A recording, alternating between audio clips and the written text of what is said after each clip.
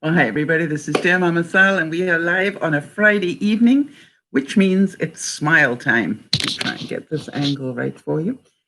We are always delighted that Jody, our admin, takes the time to put together a whole series of wonderful quotes on a Friday evening.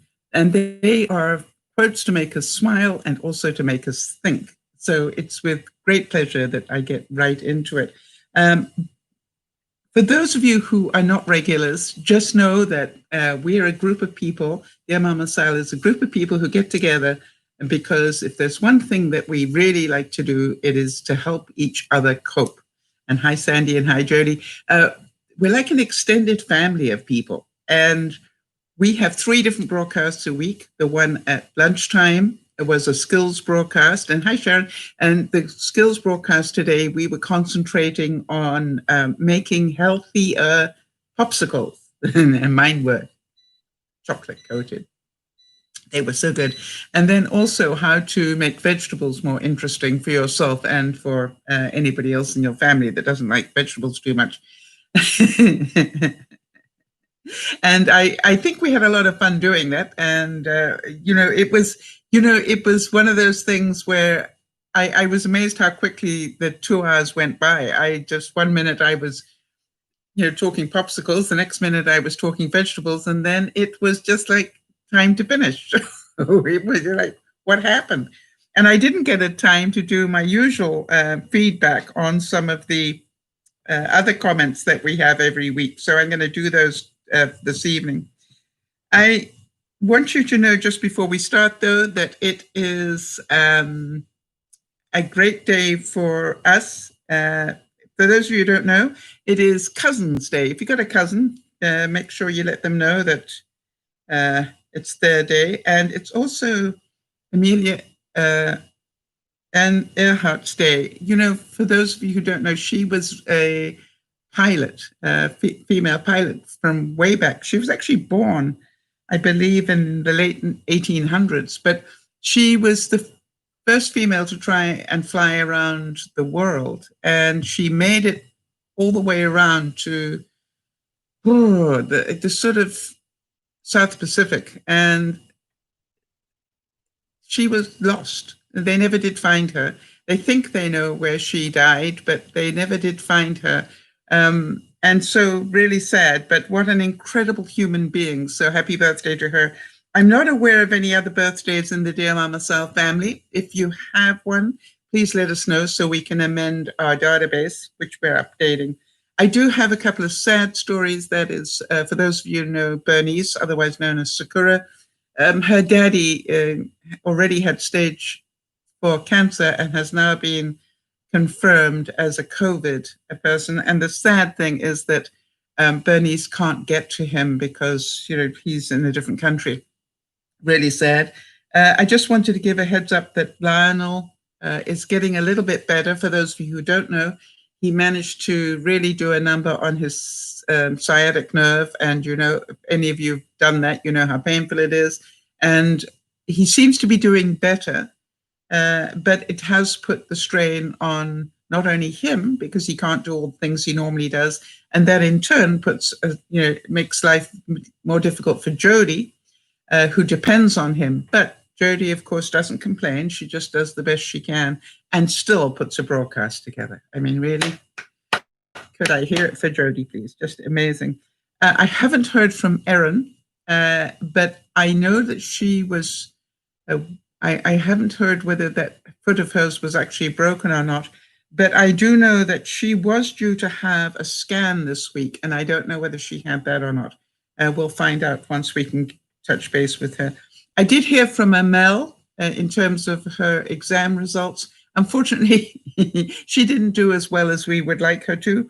And for those of you who know Linda from the UK, it is her birthday tomorrow, which probably, where are we now? It's already her birthday. I'm just doing the time difference here. So it's already her birthday. Happy birthday to Linda, in case she happens to be around. So, and if you are a J-Lo fan, it's also her birthday. How about that? All right, so let's get to some funnies here before we start. And Jody has picked today some quotes from the Golden Girls, which I thought was really a nice idea. And excuse me, I have intentionally sitting down this evening because last week, by the time I'd finished both broadcasts, my legs were so terribly sore. It took me nearly all week to get them to just calm down again. So I just want to see if sitting down for one of the broadcasts helps me or not. The Golden Girls, as you may know, was an American sitcom created by Susan Harris. And it originally aired back in September the 14th, 1985, in my time. And it went all the way through to May the 9th of 1992. And we were so sad to see it go. 180 episodes, and boy, was it funny. You know, everybody related to one of the characters. B. Arthur was in it, Betty White, of course, Rue McClanahan, and Estelle Getty was the white-haired granny, and I really related to her so much.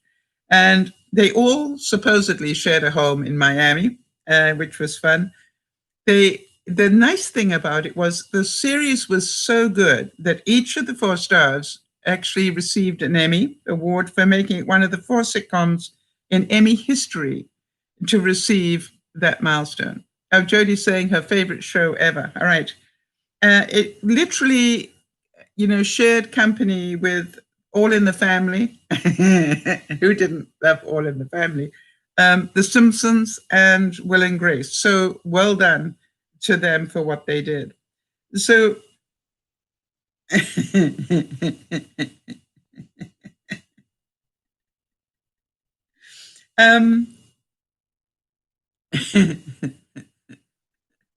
so the first one is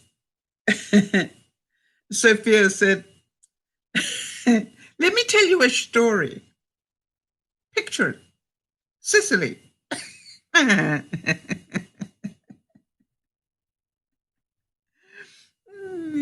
And then Dorothy, I'm not sure who she was talking to, probably her mother. Oh, maybe even to Sophia, because she was really ruthless with Sophia. But she said, go to sleep, sweetheart.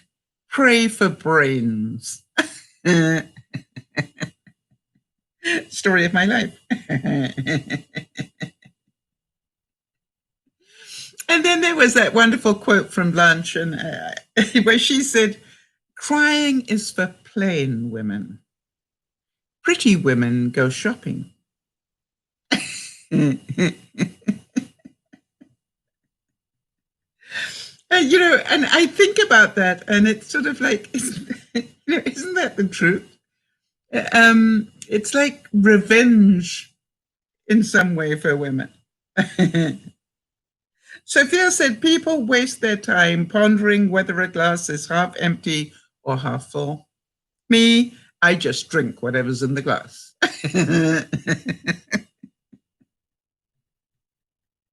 And what drink do you have with you as you're watching tonight? I'm obviously got my favorite coffee, my latte, with caramel sauce. It's Friday evening. I allow myself a bit of caramel on top. And I've got a backup pop in case I finish my coffee. And, I have to relate to Dorothy on this one. What do you say? Yeah, I've got a Coke Zero waiting for my backup drink here. What do you say to people when they say, have a nice day? I'm inclined to say, would you mind not telling me what to do? They go, what? And I go, you just gave me an order. I just don't do orders very well. No, I was just saying, have a nice day. And I said, I know. And here is the great quote from Dorothy, where she went, no, I will not have a nice day. And I like that, because some days, you just don't want to have a nice day, am I right? But I must admit that in this day of lockdowns and all the rest of it, it's like I don't hear as much of that as usual. And Sophia said, "Excuse me, Rose. Did I give you any indication that I cared?"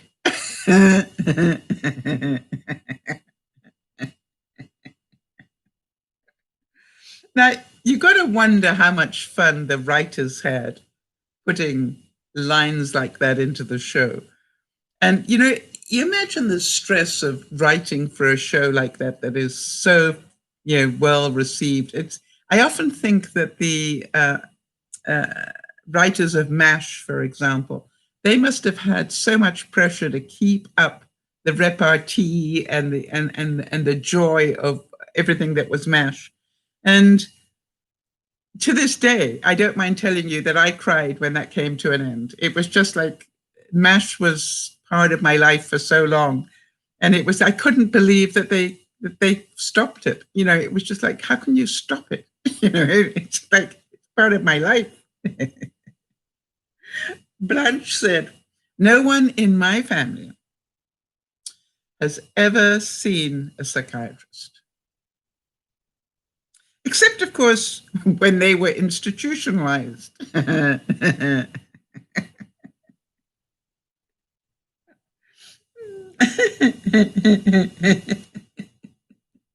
I don't know about you, but I like that one. And Sophia, Granny herself, said, "After 80, every year without a headstone is a milestone." And I'm creeping up there, people. I just realized that I am just over a month away from my next birthday, and that's only 77 years away from 80. So, it's like, I better not laugh too much at these. Rose said, "It's like life is a giant weenie roast, and I'm the weenie." I've had days like that. What about you? Anybody?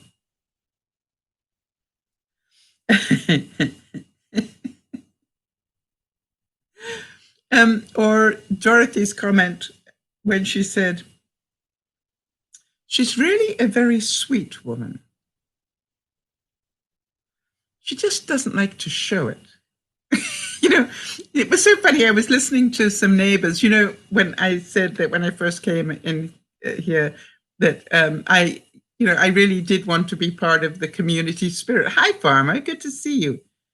And how are things down in your neck of the woods? And you must be having winter now, because we're obviously not. And from that, the rest of you who don't know Farmer and get to understand that he's down in the southern hemisphere. He's in Australia. So, or maybe he's back in Taos. I don't know. No, New Zealand you went to once, right? So Farmer, give us an update so I can share it after the broadcast, if you wouldn't mind. Oh, interesting. That's interesting. Jody's adding a factoid that Mark Cherry, the creator of Desperate Housewives, was actually a writer for the Golden Girls early in his career. Right. So Farmer's saying that they're getting cases there. Yeah, I want to tell you, it's going to get a lot worse before it gets any better, I'm afraid. Be ready for the long haul. That's what we're all talking about here. All right, so Farmer's saying that Australia had a good start with the virus, but the second wave, we're getting bad. I don't think it is the second wave. I think it's an extension of the first. Hi, Beth. Good to see you. And so work-wise, you've been on workers' comp for the last 2 months. Another hand crush injury. Oh, that's not nice. Is it the same hand that you broke a wrist on a couple of years ago, Farmer? Blanche said, "Grandma Hollingsworth always said I was a little flighty. Or was it a little floozy?"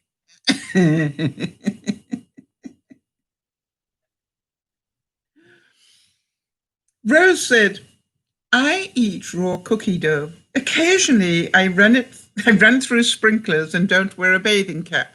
How many of you remember bathing caps? I do. "And at Christmas I've been known to put away more than one eggnog." Oh, farmer, it was the same hand. That definitely is, not easy for you, is it? I hope that it mends well for you.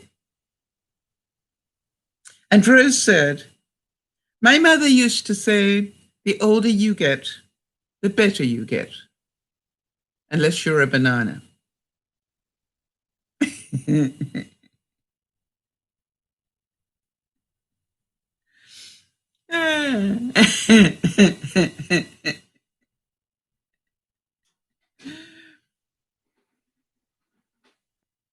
Oh my gosh, Beth is reporting that the women's prison near where she lives has 150 cases of the virus and between the employees and the prisoners. Wow. And Farmer is busy saying, not to worry, he's got another hand. That's a great attitude to have, Farmer. How badly is that one hand injured though, Farmer? Before I get laughing about it too much.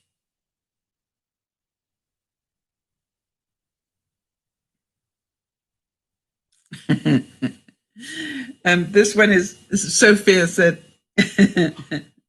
my son married a welder. Too bad she didn't weld his zipper shut. They got 10 kids they couldn't afford.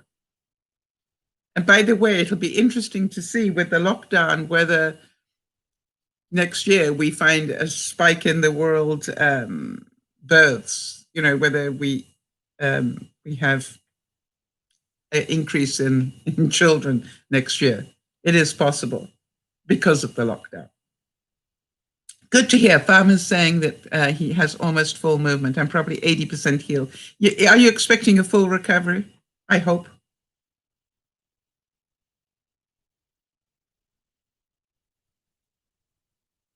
Blanche said, I've been having a good time. And there wasn't even a man in the room. I've said that before now. All right, so Beth saying, I know this because, wait a minute.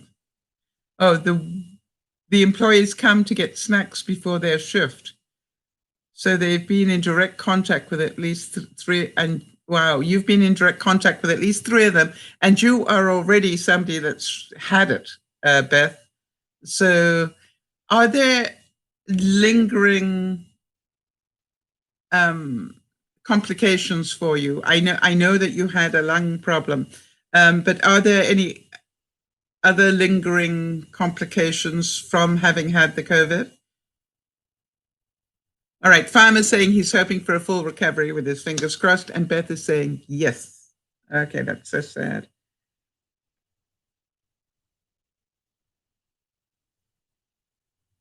So,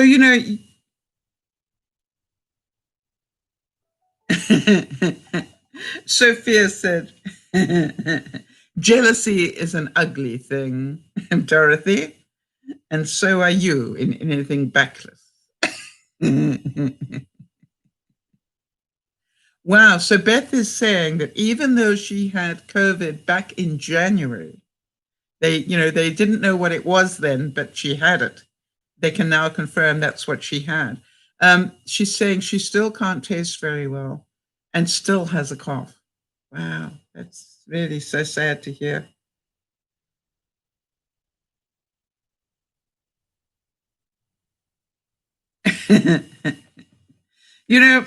I think that the Golden Girls were so funny because they said, how many of you agree with this? That they said things that we have said. It wasn't as politically incorrect in those days when it was on, but when you think about it, they used to say things that you wish you could have said. Wow, Beth is saying, yes, there's certain things I can't taste. For example, I can suck on a lemon without a pucker. Wow, that is pretty darn amazing. Blanche said, we're doing quotes from the Golden Girls, when Blanche said, I thought I was going to die. I swear I've never felt such agony. I saw my whole life flash before my eyes and thought, what a shame if I die now. I'm just too young. And I'm wearing the wrong underwear. How many of you were told that? It was the funniest thing. I don't know about your logic, but my logic was, if you want me to wear nice underwear when I'm going out, why isn't all of my underwear nice? Oh, luckily Beth's saying she can still taste chocolate. Well, I must admit that I had white chocolate on my popsicle that I was demonstrating to everybody today, and I thoroughly enjoyed it.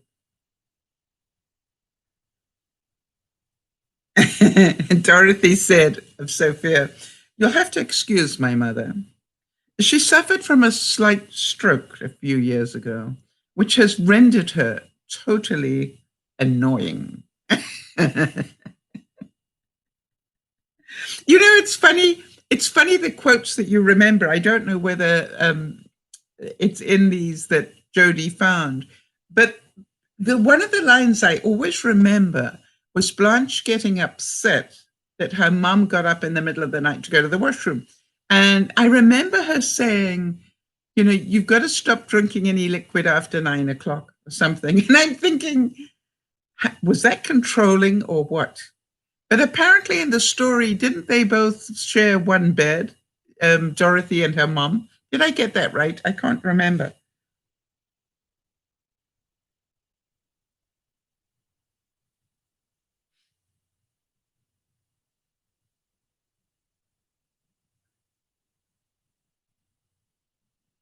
And Rose, who always got all her quotes wrong, said, "You know what they say? You can lead a herring to water, but you have to walk really fast or else he'll die."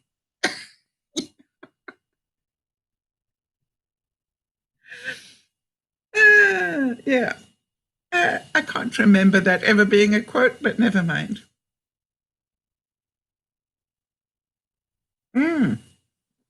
Jody is confirming that sometimes they did share a bed. Can we remember why? I think that's why she used to get upset that Sophia got up in the middle of the night.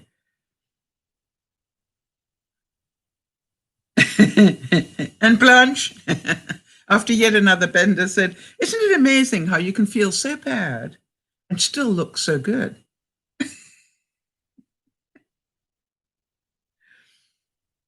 Oh, Jody, just a little update. I don't know if any of you know, but I've been, ever since the move, where I did all that walking up and down stairs of my old house to pack up stuff and bring it down the stairs again. You will remember that I got plantar fasciitis from that. And not only that, I didn't realize it at the time, but I also did a number on my Achilles tendons. Now, if any of you have ever had Achilles tendon problems, you will know how much pain I have been in over the last 6 months. And I did something, Jody, that I thought I would mention to you in case it comes up again. I realized that I had some of that stretch bandaging that sticks to itself. Does anybody know what I'm talking about here? Or do I need to go get some? Literally, it's a bandage and you don't need a clip or anything for it. It just literally sticks to itself. And I decided last night that I was going to, does an ace bandage stick to itself? This is like crepe. It's an ace bandage normally is elastic, but I don't think it sticks to itself. Am I? I could be wrong. I don't know. But this is like a crepe bandage. And it's a bit like press and seal. Oh, they do now. Okay, thanks, Jody. I've learned something. Anyway, so the thing is this, Jody, I just want to let you know that I bandaged up both my plantar, the part of the arch of my foot and my tendons last night. And boy, could I feel the difference this morning. And I may spend the week bandaged to see if I can, because this has gone on too long now. I obviously did more damage than I thought I did. And I am wondering whether the swelling of my feet is not because of water retention, but is in fact inflammation from that problem. Dorothy said to Sophia, You're a furry little gnome, and we feed you too much. How could she say that to her mother? Ah. Well, they weren't perfect this morning, Jody, but it definitely was a lot better. So I don't mind telling you, I have ordered up quite a few rolls of that bandaging, and I will be doing that every night now until I've got this fixed, because I have had enough of trying to get up in the morning and hobbling in pain. Really, it's just not good. Dorothy said of Stanley, you're one chromosome away from being a potato. And Rose said, I hate to admit it, but he melts my Haagen-Dazs.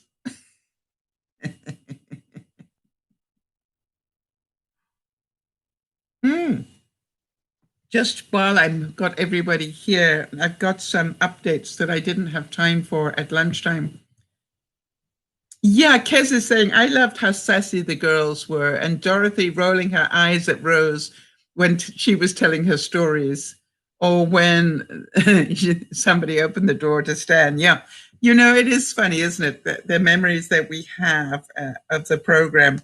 And it's the same thing as, I'm pretty certain we all have really great memories of All in the Family. I wanted to just do some updates, if I can just get my phone. If you could see me, I'm triple tasking here. I've got my laptop here. Hello, everybody.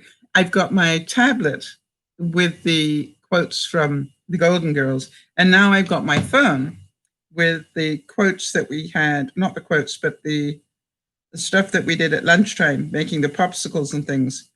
But what I wanted to do was to tell you my mistake of the week.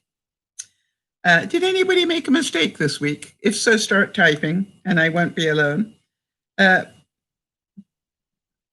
I will get to that, because first of all, the achievement of the week was I managed to redo the jigsaw puzzle that was my craft room, and get the big unit in, which you're going to hear about. I managed to get that big 5x5 unit in, and get the big freezer in, and put all the other stuff back. Now, my craft room is a lot busier than it was last week, busier in terms of furniture, and I may still be moving some of it when I've got the studio ready. But at the moment, the furniture is in the craft room until I can make room for it elsewhere. I wanted to tell you my scare of the week. If any of you had a scare of the week, please, start letting us know. Mine was that I had one of those phishing things where they said my credit card had been used twice. And, the difficulty with that is if you don't check with your credit card company to see if it's true, it's difficult. But if you do, it just takes up time that you don't need to waste. But I found out you actually do need to waste it. The only way you can find out if that call is for real is to call your credit card company. And mine told me that no, it wasn't for real. The other thing I thought I'd let you know, I am in a manufactured home sitting on some property that I rent. I just got advised that having been here 6 months, they're going to put the rent up in November. I don't know about you, to do that to people in the middle of a pandemic. Mind you, what did they say? In November, or the end of the pandemic, the current crisis, whichever is the latest. So, there's part of me that goes, that could be a long pandemic, and they may regret having worded it that way. Jody's saying one of hers, was that her clumsy self wore a salad instead of having it for dinner, including the dressing. Do any of you relate to that so Jody can feel better? I had a really klutzy week this week, Jody. I was dropping food all over my clothes as well. So maybe it wasn't just you. The other thing I do need to say is my scare of the week, health-wise, was that I'd lost some control of my blood sugars, and I'm not sure what's happening. So I'm now on a little correction course to see if I can get that back down again. But for some reason, I I seem to do fine up until midnight, and then the cops come in, and I just seem to devour carbs. I try not to, but it's what I've been doing, and then I really pay the price for it. But Jody, you'll be pleased to know that my blood sugar reading just before I started the broadcast was back down to 5 point something, low fives. Anyway, so it definitely came down from where it was this morning. So I'm happy with that. Now, anybody procrastinate this week about something and need a bit of help? By the way, who was it that we were following up with? Somebody was tidying up. Was it Kez? Kez, were you doing some tidying up? Who was it, Jody? Do you remember?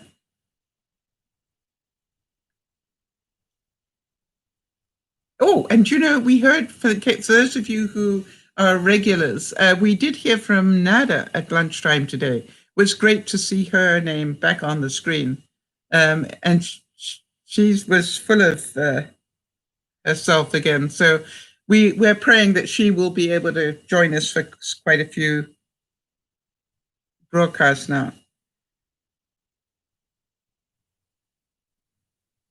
No, it wasn't you tidying up the spare room, Jody. Somebody was tidying up something, and it wasn't you. I thought it was Kez. It was Sandy. Right, Sandy. What was it you were doing, honey? And I'm sorry I didn't remember. I knew somebody had said it. You managed to get some of it put away. Wow. Imagine if I'd asked you that and you hadn't got any of. You see, what I love about you, Sandy, is the truth. You see, you could have told me you put it all away, and I would have had to have believed you. But I don't know about anybody else, but the fact that you actually told the truth on that one makes me a very happy person. It's like, your integrity level went right up. Oh, I had an interesting thing happen to me this week, and I wonder how you guys would have dealt with it. I decided to lend somebody some money towards the deposit of a house. And it was really interesting because they found the house that they wanted, and they put in the offer, and it got accepted. So everything was going the way it should do. And then I was told the bank, you will need to sign a form to say that this isn't a loan. And I said, I beg your pardon? And they said, it's really sorry about this, but you're going to need to sign a form that says this isn't a loan, because the banks now are so fussy about people getting overextended. So I said, well, wait a minute, because it was. Do any of you get what I'm saying? So then I had to actually get off the telephone call and think about it. Because like all things in life, there is another way to do it. I just have to think my way through it to work out what it is. And it took me probably about half an hour to sort of process it all through.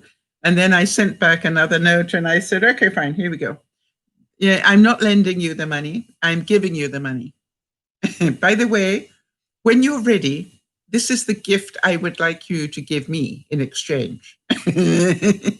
Because if I gift the money, then it's not a loan and they won't need to repay me the same way. But what I'm saying is, when you're ready to repay me, then this is the gift I would like in exchange, which I reckon is the only way I could do it and still be in integrity. But, it was a bit scary for a moment there.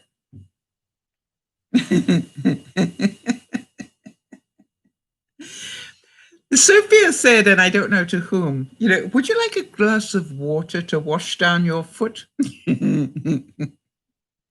How many of you put your foot in your mouth this week? I seem to do it constantly. All right. So here we are. Sandy said I needed to vocalize it to get moving on it. I'm doing about an hour a day so that I can still enjoy my summer. Now that, Sandy, is doing it the right way. Somebody made a comment about, oh, I didn't tell you the disaster about the cube unit. I will tell you in a second. But one of the things that's, somebody made a comment about, oh, are you still unpacking? I went, yeah, and I will be for at least another year. This is like, I want to be able to enjoy some of the time I have in my house. I don't know if I'll be here this time next year, right? I'm going to enjoy some of the summer while I can. All right. So for those of you who know the story, let me first of all explain for those of you who don't. I had an offer to get a 5x5 cube, that's a 25 cube unit, for free. And all I needed to do was to organize somebody to go get it for me. And two of my neighbors in my new community said that they would do that. And by the way, you understand that we're all having a community get together of the people on my street next Wednesday. I managed to get them to stop talking about it and pick a day, people. We're actually going to do the sort of summer get together. We're having a happy hour. and it's at my place because I've got a big courtyard where they can all sit and congregate socially distanced, but we can talk to one another. So I'm really looking forward to that. So anyway, I sent the two guys off to get the unit. And I said to them, these are the measurements of it. And those were the measurements I was given.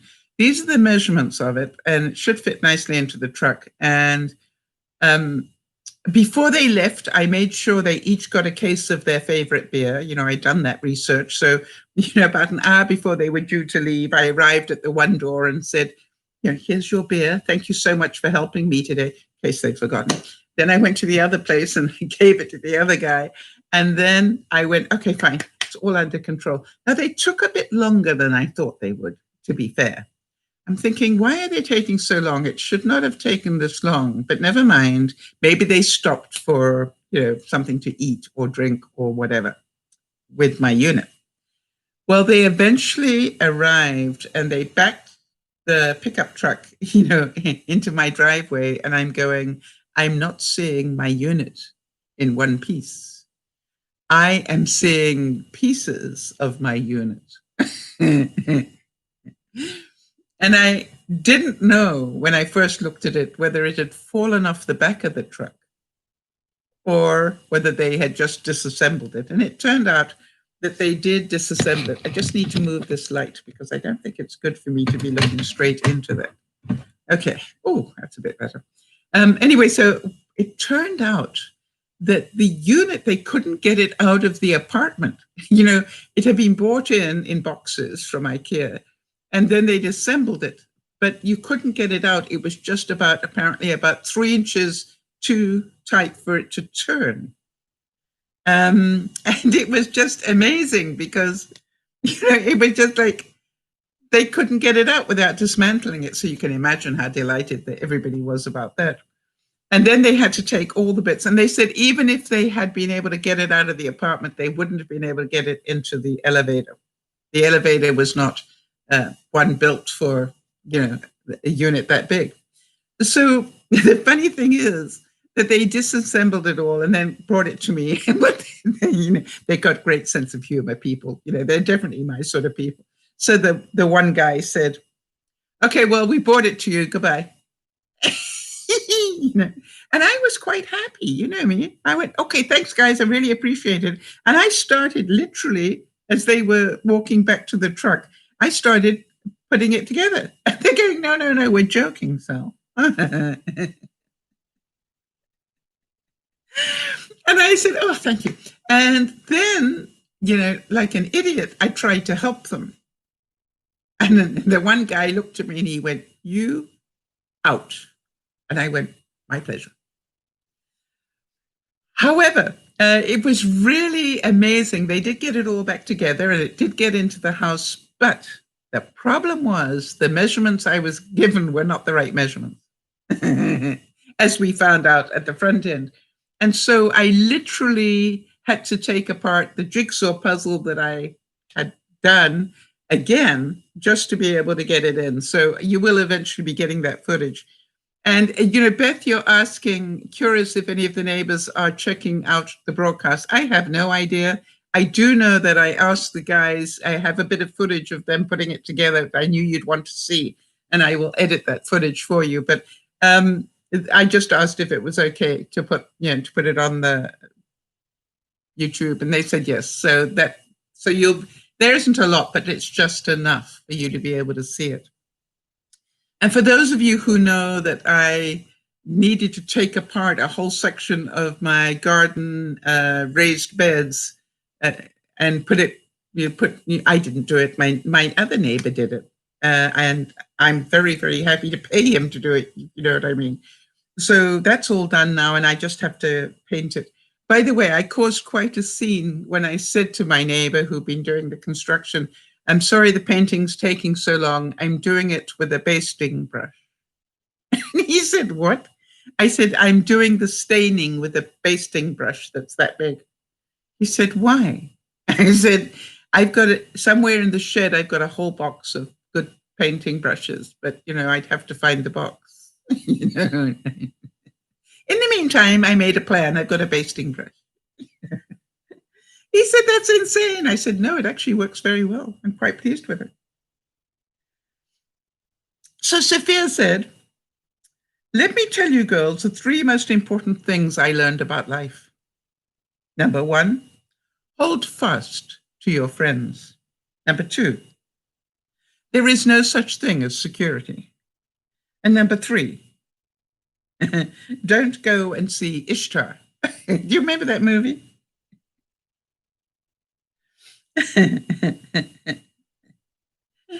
And Dorothy said, how come whenever my ship comes in, it's leaking?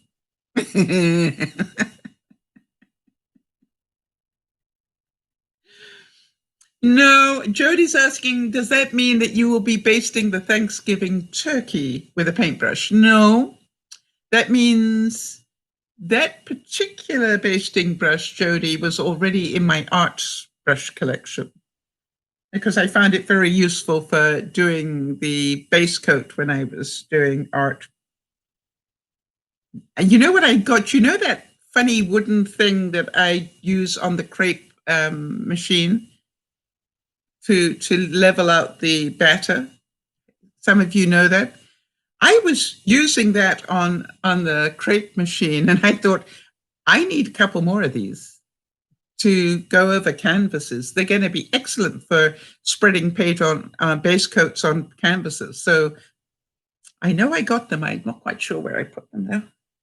And by the way, I still haven't found the seeds that I put away carefully after I knew exactly where they were for 5 months. I tidied them up in some place and I can't find them. So today I ordered new seeds. Oh, Jody calls that the crepe broom. Yeah, it's like a tea. Looks like that. And then you spread it. Actually, I'm getting quite good with that now. So Sophia said, and boy, do I relate to this. Look, you didn't ask for my opinion, but I am old. So I'm giving it to you anyway. I say to people, you didn't ask for my opinion, but that's never stopped me.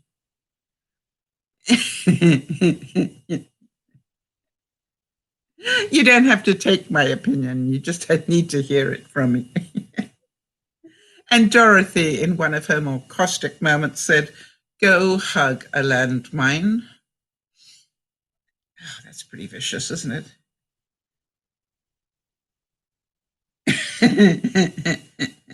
And Sophia said, why do blessings wear disguises? If I were a blessing, I'd run around naked.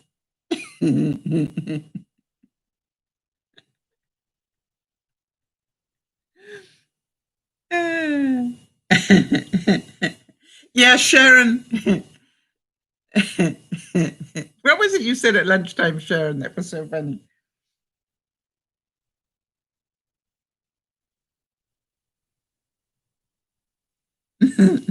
Sophia, with her ongoing sense of humor, said, I hate Jell-O. If God wanted peaches suspended in midair, he would have filled them with helium. Oh, yes, Batman. I I cooked these vegetables. I made stringed vegetables and then cooked them for everybody to show them how nice it was. And unfortunately, I ate some, but it was so good that I ate the next part. And Sharon said, the funny thing watching it was watching my eyes decide whether or not I should lick the plate.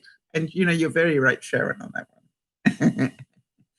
Just as a matter of interest, though, what have I had to eat since then? After the broadcast, I had one of the popsicle ice lollies things, which I thoroughly enjoyed. And then round about an hour ago, I went and had another small amount of the vegetables. That's pretty interesting, isn't it? That's all I've had all day. And that's, I think, why the blood sugar has dropped down so nicely. This one, I'm certain a lot of you will agree with, right? It's not easy being a mother. If it were easy, fathers would do it.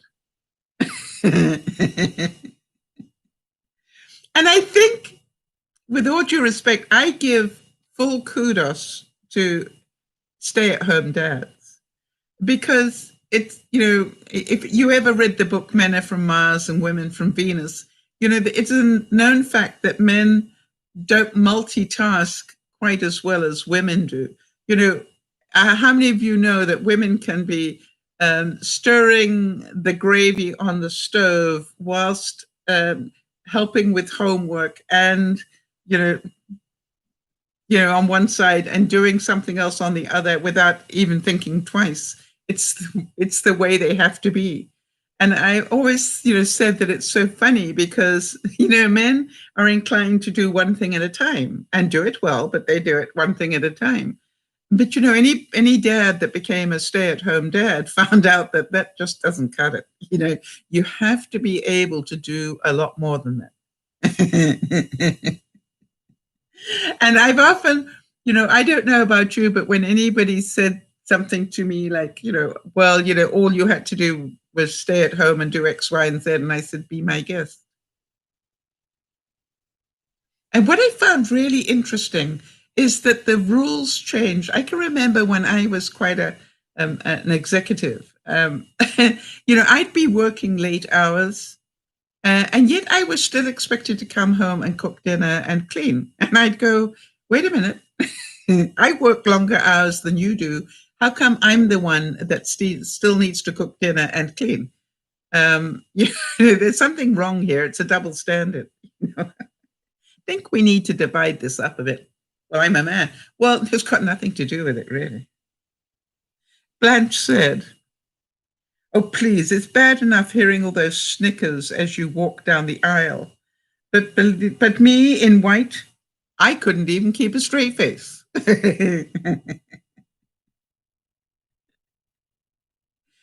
She really did have a lovely sense of humor, didn't she? And Rose said, don't give up, Dorothy. If ancient Egyptians could move 20-ton stone blocks to build the pyramids, we can move a toilet. And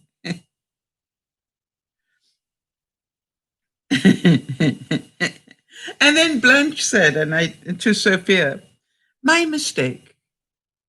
I thought since you looked like Yoda, you were also wise. It always amazed me, when I was teaching the young people about leadership, I was amazed how many times, one year after another, they would actually say, you're like my personal Yoda. And I used to say, that's such a nice compliment. Thank you. So Dorothy said, oh, Ma, I'm making dinner. What would you like to eat? And Sophia said, a nice thick T-bone steak, corn on the cob, and pecan pie for dessert. Now ask me, what can I chew? And Dorothy's answer was, I'll start I'll start soaking the cornflakes now.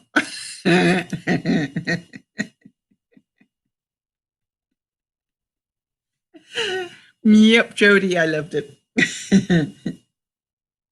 And Blanche said, you may not have noticed this, but I put on 3 pounds. And Sophia said, on each side. I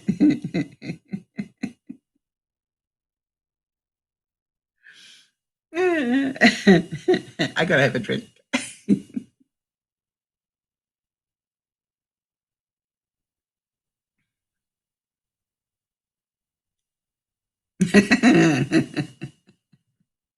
This sounds a lot like me at the moment. Dorothy says, why are the Christmas cookies shaped like Liberty Bells and American flags? And Rose said, I couldn't find the Christmas cookie cutters, so I used the 4th of July ones. Yeah, I'm going to be doing that this Christmas.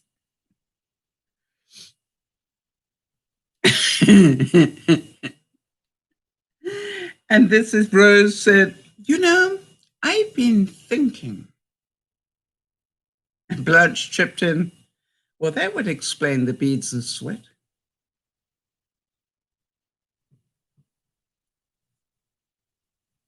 And so the doctor said, the flu's going around and I'm afraid that you've all got it. And Sophia said, I told them that 2 days ago. Tell them something new for $150.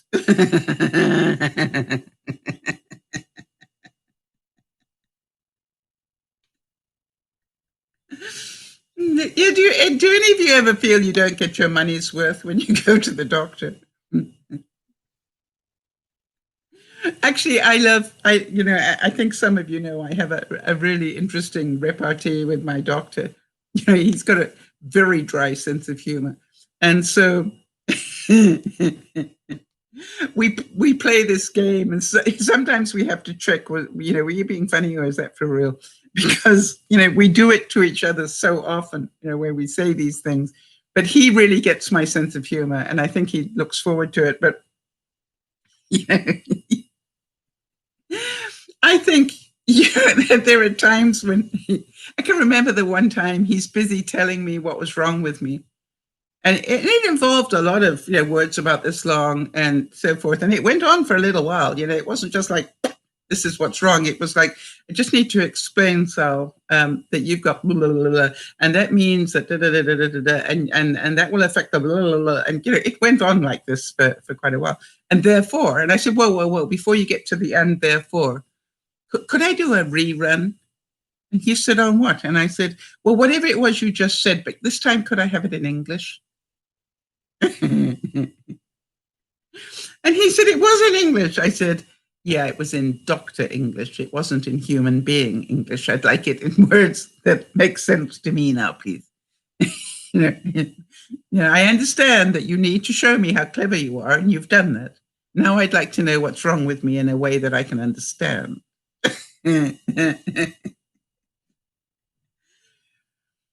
And he said to me, well, I thought you'd understand that. No, I didn't. You give me more credit than is due. Yeah, Jody's saying she can relate. Yeah, I think they forget that, we really don't know. I don't know about you. I really don't know all the bones in the body. I know a few, I really don't know exactly where the pancreas is or the bile duct or whatever. It's like, could we have a route map? If they could just have, a map on a diagram on the wall, and they go, well, that one there. I go, oh, that one. Yeah, I got that. Okay, fine. Yeah, I'd like to know what it looks like. I am a visual person. I learn by doing and seeing. I don't learn by words like this. And then Rose said, be ready for this one, people. I found that baked Alaska can actually be baked locally. And Dorothy said, Rose, And I know something else. Mars bars are made right here on Earth.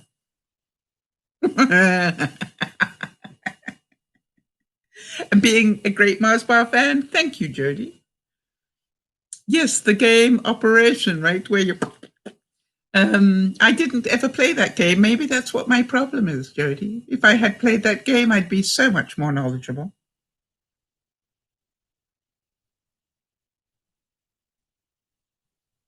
And then Rose said, heaven is full of cows and chickens and horses and pigs. And Sophia said, I hope they've got boots.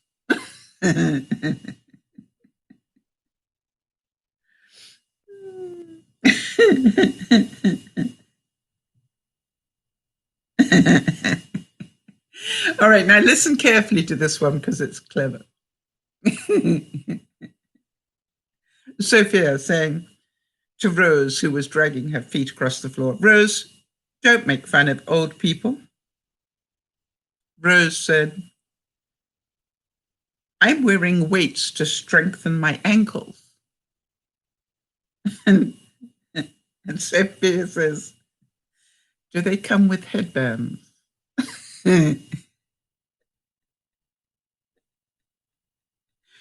How many of you feel you need your head strengthened rather than your ankles?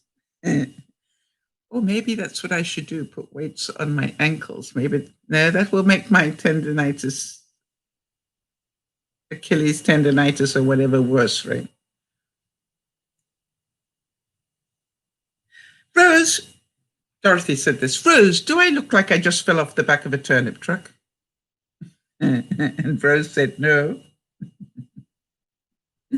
But you look like the woman that used to drive one.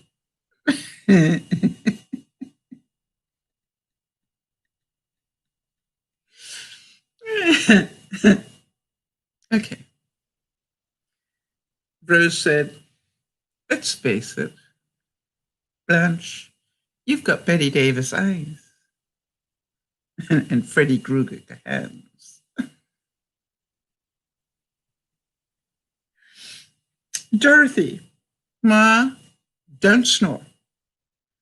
Sophia said, please, I had to turn away from the window so I wouldn't inhale the drapes.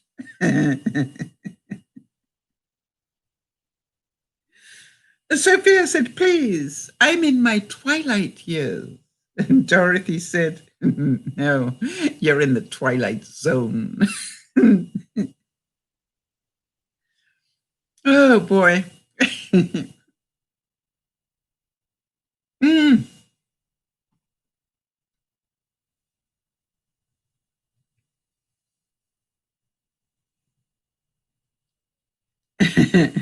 Rose said, we weren't allowed to wear berets at school. You know, that hat that the French wear. We weren't allowed to wear berets in my school. It was against the St. Olaf dress code. They did let me wear a paper cap, though. It was long and pointy.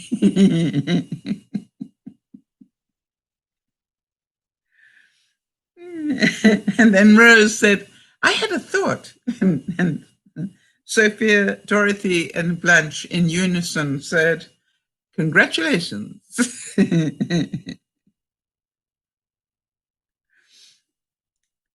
So Sophia is arriving back from the rest home in a taxi, and Rose said, you must be tired after your cab trip. And then Sophia says, why? I rode in the cab. I didn't push it.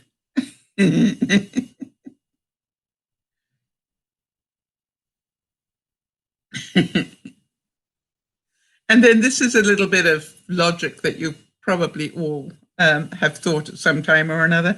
When a 22-year-old girl marries a man of 80, chances are she did not marry him for his body.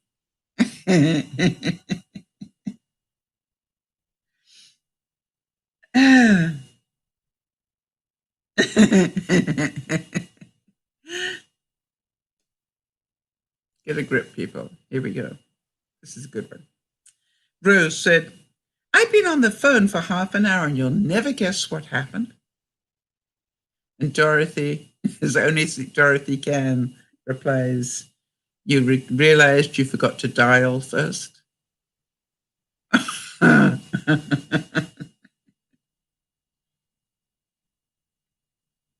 wonder how they kept a straight face when they were doing this. And I just also wonder, because I don't know, but I heard that B. Arthur wasn't necessarily friendly with the cast. Did anybody else hear that? That she did she came in, she acted, but she didn't interact a great deal. I don't know where I heard that, which, funny enough, didn't surprise me in some way. Right, this one, Rose says, can I ask a dumb question? And Dorothy says, better than anyone I know.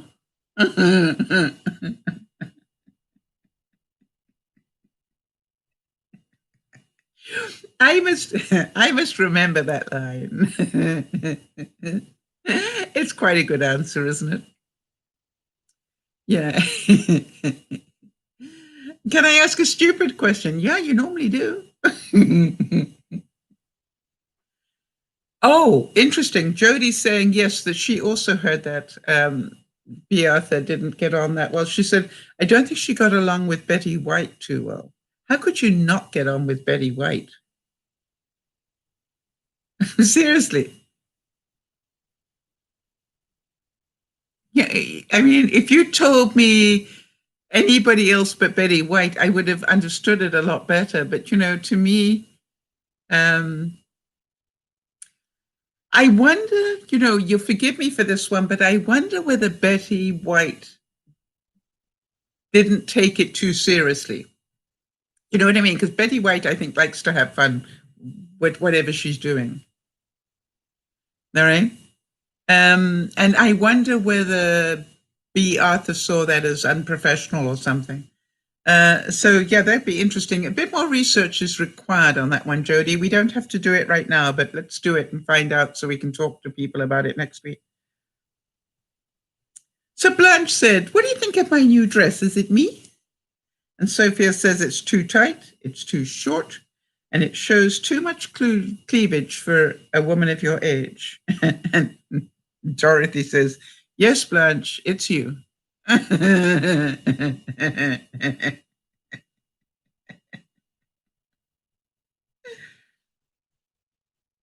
They really had quite some lines, didn't they? Rose said, well, I'm here if you want to pick my brain. You should never feed Dorothy that line, right? And Dorothy says, Rose, honey, maybe we should leave it alone and let it heal.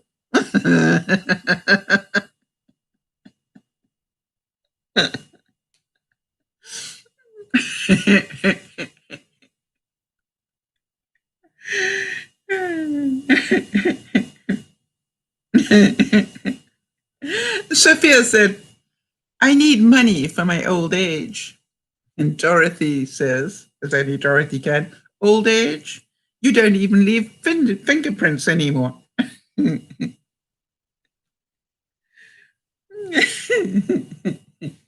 Rose said, I'm off. And Sophia says, totally.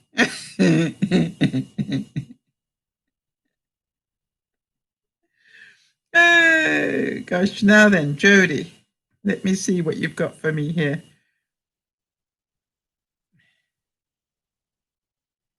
Okay, so we've got some fun things here. For some reason, it doesn't want to let me.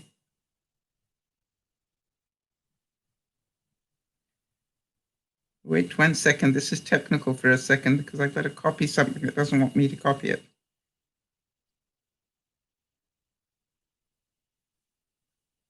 There we go.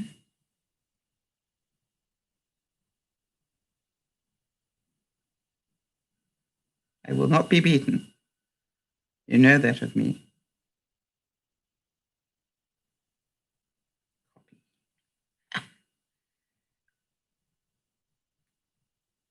I'll be with you in a second. What we wanted to do was to give you some facts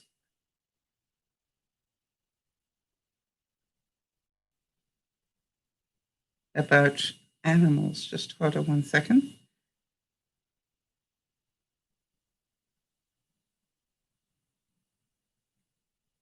All right, Jody. Oh, yeah.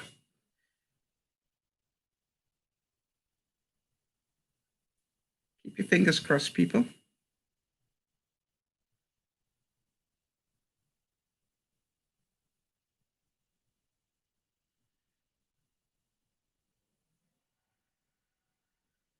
Yeah, it's okay, Jody. I've got it. I just managed to get it. Thank you. All right, so the first one is about Todd, the golden retriever.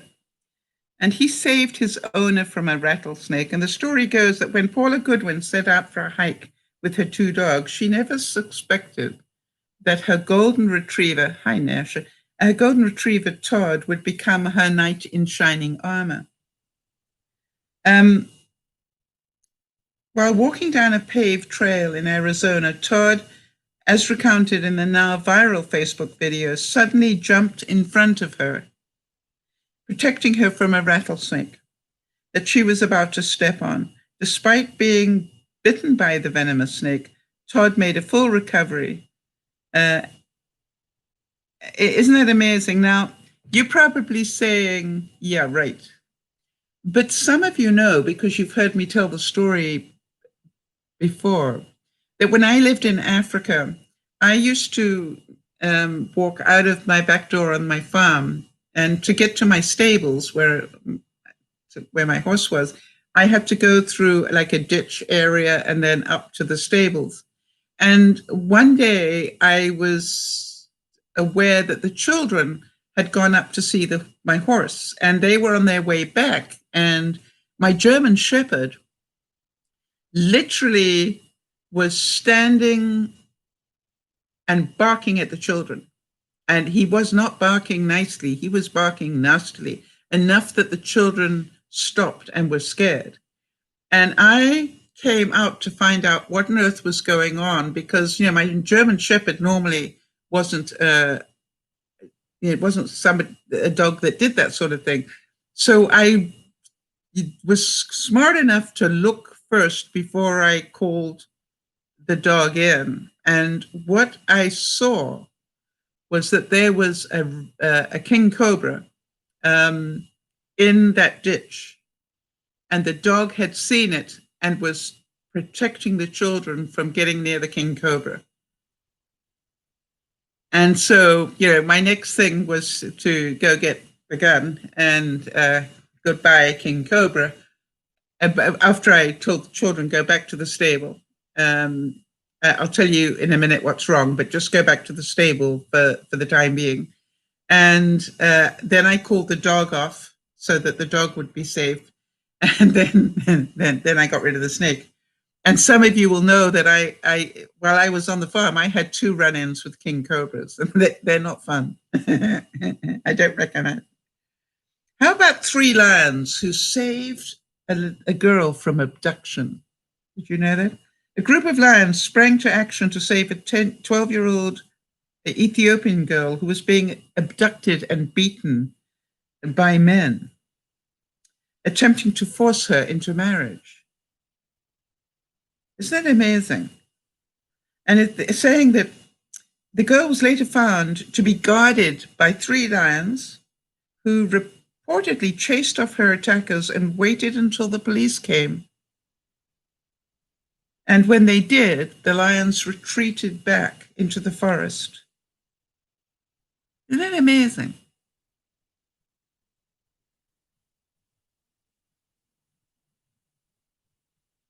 And for those of you who remember the horrific things that happened at Sandy Hook Elementary School, where the guy went in and didn't no real reason decided to kill a whole lot of children. Said after the horrific shootings at Sandy Hook Elementary, that left 20 first graders and 6 school officials dead, They turn to therapy dogs to help ease the pain of this tragedy. The mourning children sat and petted and hanging out with the Hudson Valley Golden Retrievers Club when they provided them with sweet relief from their days of grief. When they come over and you pet them, you kind of forget what's happening for a little bit, said a 12-year-old. Isn't that true? How many of you have noticed that dogs have an incredible ability to sense pain?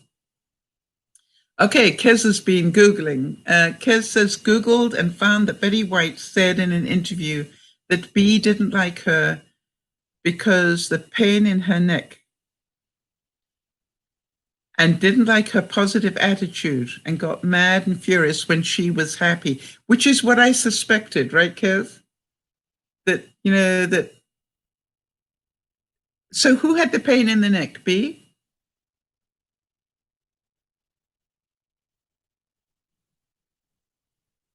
Or was Bee the pain in the neck? Just help me understand that one.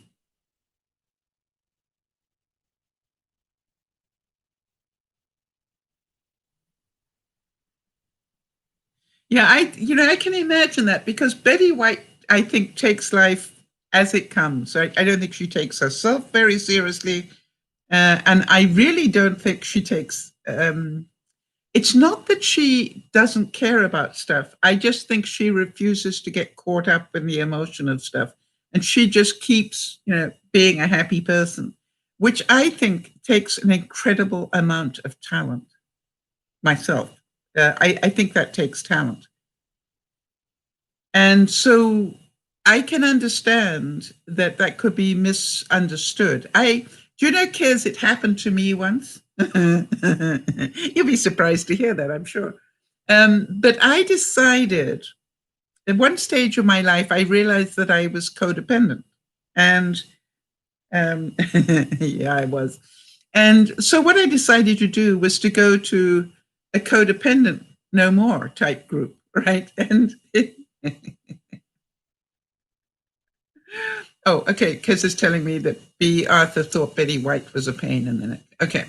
So anyway, I went to this group, that was meant to help people with codependency. And, everything they brought up about, well, this is an indication of codependency. And I go, oh, I do that one well. You know me. And then they'd, come up with the next thing. And I go, yep, I'm good at that one.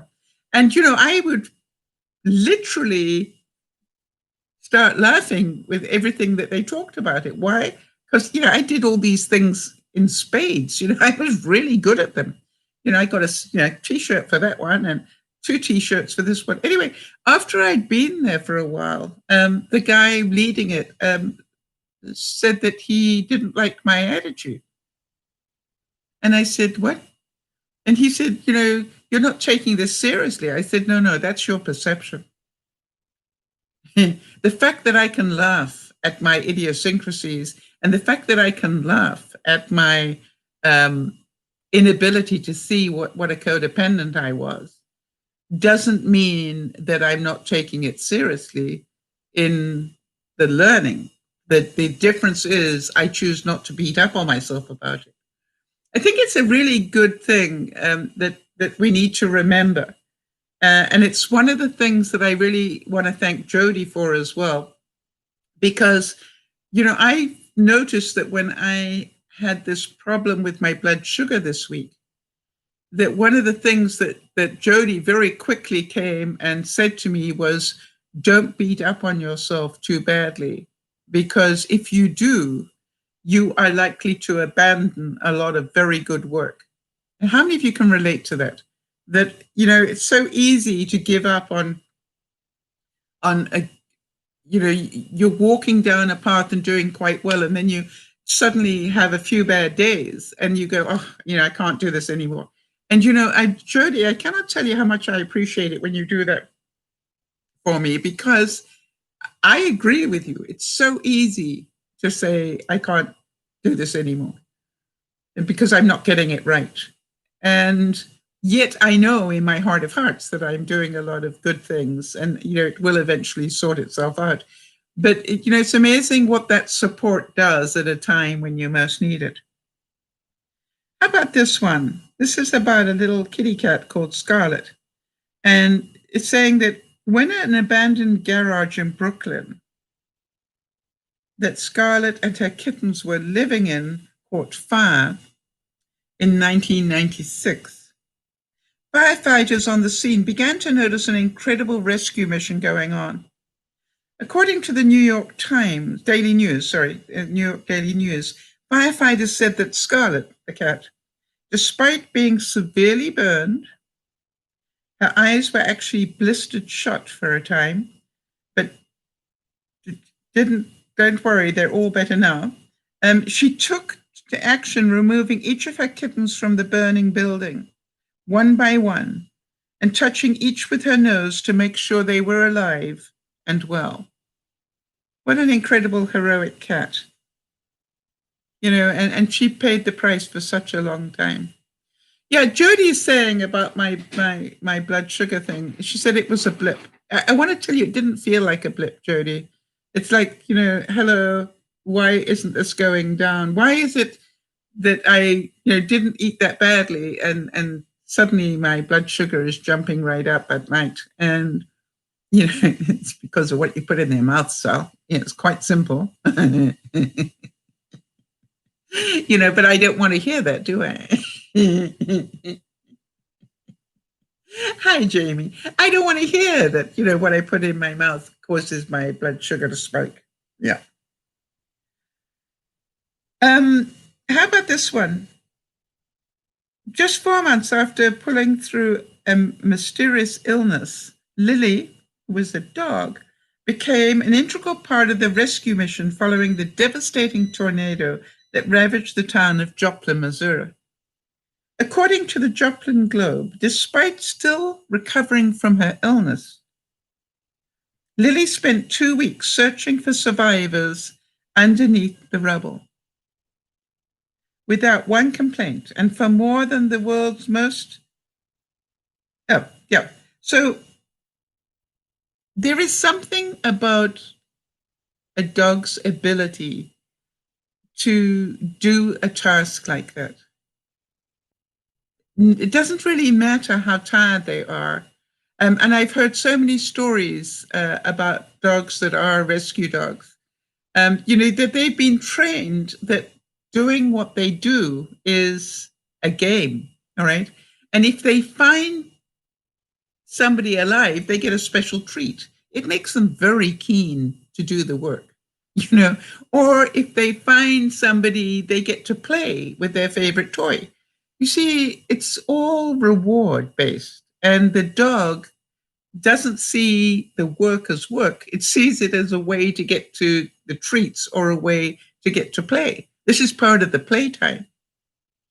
And I think that is something we need to learn about dealing with human beings as well. And how about Lulu, the pot-bellied pig? When Joanne Otzman suffered a heart attack back in 1998, it was her pig, Lulu, seeing her owner in distress, made her way out onto the road, and Lulu then lay down on the road as if playing dead. And then when somebody finally found her, she led the man back to her owner. And the guy immediately called the police.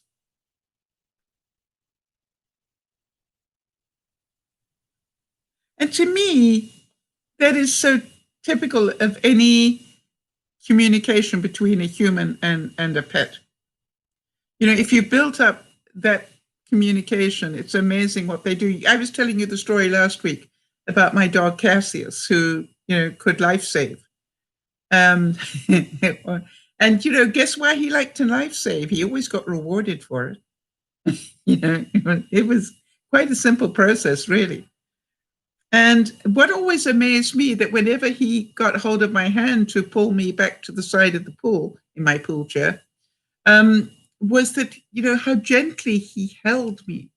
I don't know if any of you have ever been pulled by a dog for any reason, but it must be the way that they hold puppies or something, because he had just enough pressure to be able to do the job, but he never broke my skin. And I used to think that was so strange, that he could hold my hand in such a way. And the bones in your hand are pretty small, but he could hold my hand in such a way and pull me along, on my pool chair without damaging my skin. How did he do that? And I didn't train him to do that. He did that instinctively, which was incredible. Sergeant Stubby was a dog and official mascot of the 102nd Infantry Regiment of the United States military. That was all back in World War I. According to the Military Times, he served for 18 months and fought in 17 battles, saving his regiment from surprise mustard gas attacks, finding and comforting the wounded. And upon his death in 1926, Stubby was given a half-page obituary in the New York Times. And really interesting, that was a much longer obituary than plenty of other notable persons of that time. Isn't that amazing? And, did any of you see the movie The War Horse?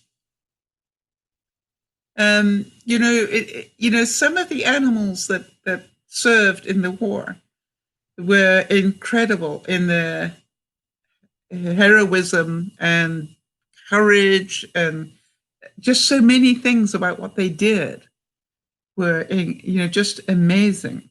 And Jody, I really thank you for getting, this lot together, because these are fascinating. And did you know that free-diving Yang Yun owes her life to a beluga whale? The beluga whale saved her from drowning during a competition in which she had to climb to the bottom of a tank and attempt to stay there for as long as possible. Upon attempting to rise back to the surface of the Arctic waters, Yang's leg was paralyzed and she could not reach the surface. Wow. Luckily for her, according to the Aquaviews, the magazine of scuba gear company, Leisure Pro, a nearby beluga whale was there and gently took her to the surface, where she was finally able to catch her breath. I think that's one of those things where you'd have to see it to believe it, but I believe it. It's amazing. If you've watched, dolphins, if you've watched whales, it is amazing. And by the way, did any of you see the movie, the documentary Blackfish? Where you realize there is a fine line between whales helping humans and whales not helping humans. There's a very fine line in that. And how about the carrier pigeon, cher ami? They're saying that cher ami, French for dear friend, was a carrier pigeon who helped deliver important messages to the French troops in World War I. She's most famous for, despite being critically injured, delivering a message from an encircled battalion. That message ultimately saved their lives. You see, why would a pigeon that is already critically injured continue on the mission? And, the point that I want to make here is that if you understand that is your duty, then you do it, even if you're injured. The comment I was making about Jody's had a really difficult week with all that's been going on with Lionel. But she still put together tonight's broadcast. Now, you and I both know that she just needed to let me know that she couldn't do it, and I would have happily put it together. But no, Jody has a sense of duty. And it is really interesting that it's something I would have you all remember, when you're giving excuses why you can't do something. One of the things I've always lived by, something that sort of makes me grounded, is that whenever I hear myself giving an excuse, which is fairly regularly because I'm human, I then can hear myself say, if they paid you $1 million, do you think you could do it? And, automatically my mind says, of course I could. And I'm going, well, then why don't you just do it and forget the excuse? You see, we spend most of our lives doing the wrong things. And when I say doing the wrong things, the only way that Sandy got that stuff tidied up is that she focused on it for a while. And, that's what gets things done, is some focus. I was struggling yesterday to get the broadcast put together.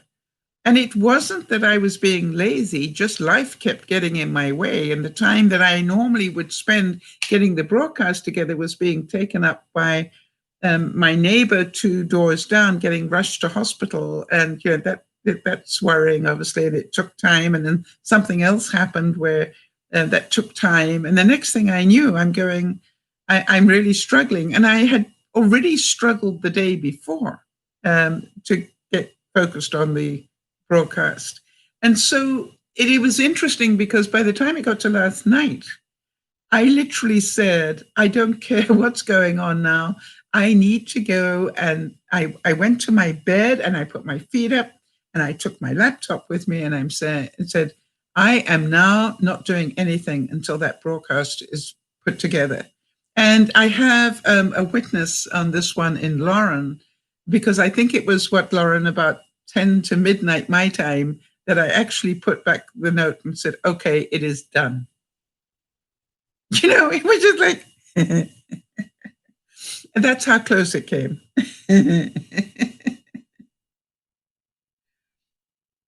Now, this one is, did any of you see the clip that I put up about the 3 people walking through the woods and a black bear came and pestered them? And they all stood absolutely still. Even though the bear actually swatted at one of them, they just stayed still. I don't think I could do it. And, it's pretty obvious to me that the reason that they're alive today is because they didn't run. But it must have been so difficult.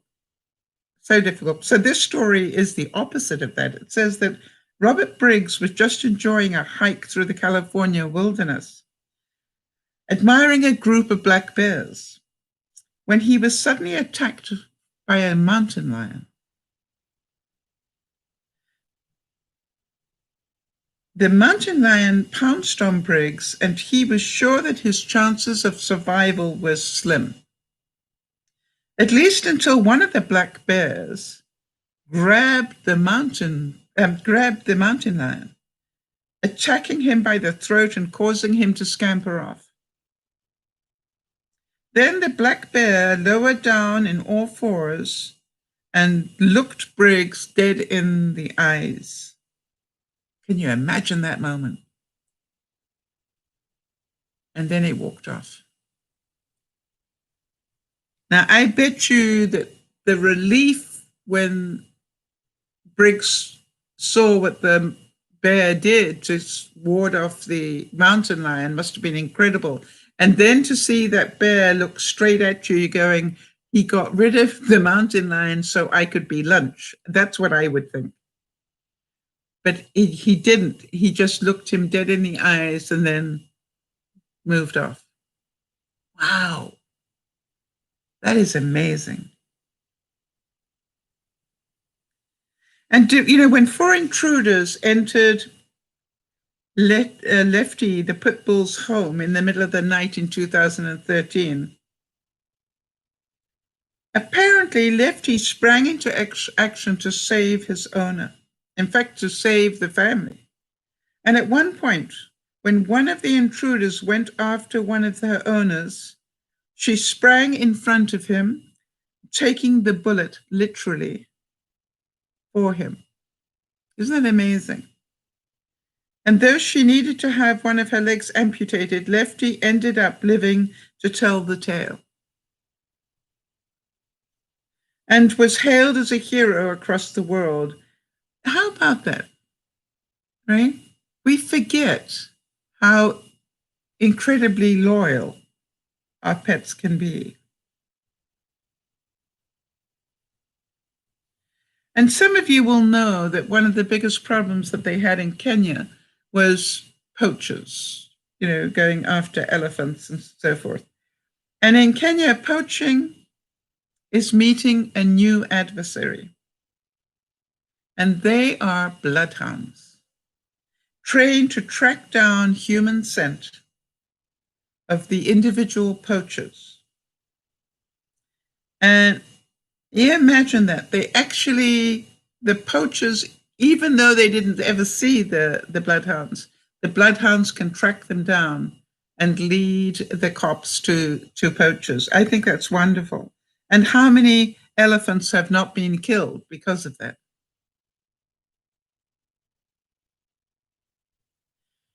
And how about this one? Did you know that llamas provide a sense of calm to hospice patients?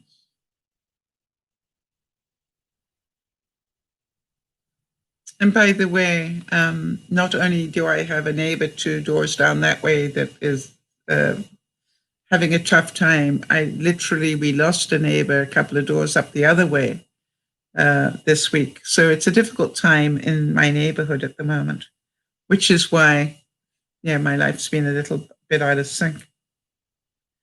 However, this therapy llama, along with many others of his gentle species, have been working to bring a sense of calm and relief to patients in hospice care. Those terminally ill patients finally have a laugh and a cuddle with these gentle creatures while facing a very scary set of circumstances. Isn't that beautiful? I think we all need to know that, sometimes there's more at work than we realize. One of the things I always wanted to do was to have a dog that I could take into nursing homes as a therapy dog, but my dogs are a lot like my horses, right? They look scary. So I never got a chance to do it, but it was always something. I guess I could still do it if I really wanted to. Right? Did you know that Toby, the golden retriever, in an act of intelligent heroism, saved his owner from choking?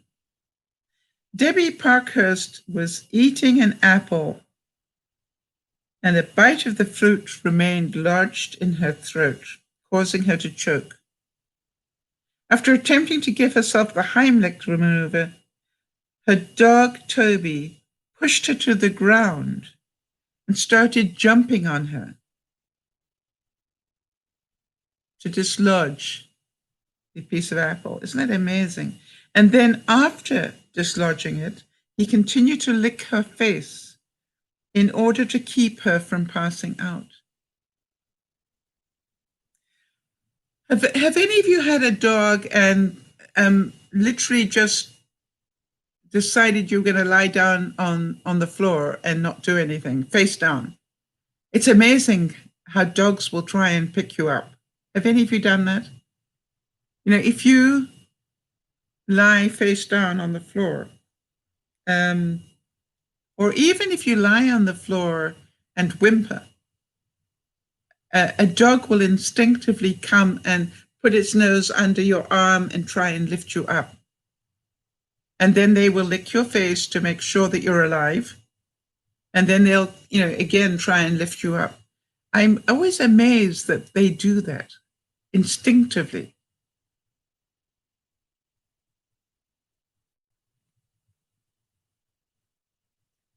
It was interesting that when a surfer, Todd Endress, was facing down a shark attack,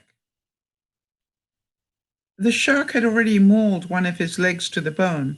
He began to feel hopeless until a pod of blue-nosed dolphins came to his rescue. The group of dolphins formed a protective pod around him, allowing him to swim to safety, where a friend was able to perform first aid and escort him to hospital.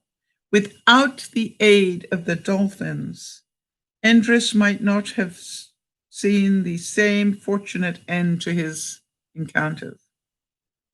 Isn't that amazing? That, these animals and in our lives will instinctively come to our rescue. I've heard incredible stories about different dogs and what they have done to save their owners. To me, it's like, what is it in our makeup that dogs feel that amount of loyalty? Or even, as you heard, that a lion will come in, or a bear will come in and protect a human. It's so against the norm. Why? And do they have a sense of the underdog? Do they have a sense of, that's not fair, pick on something your own size? I don't know. But it is amazing.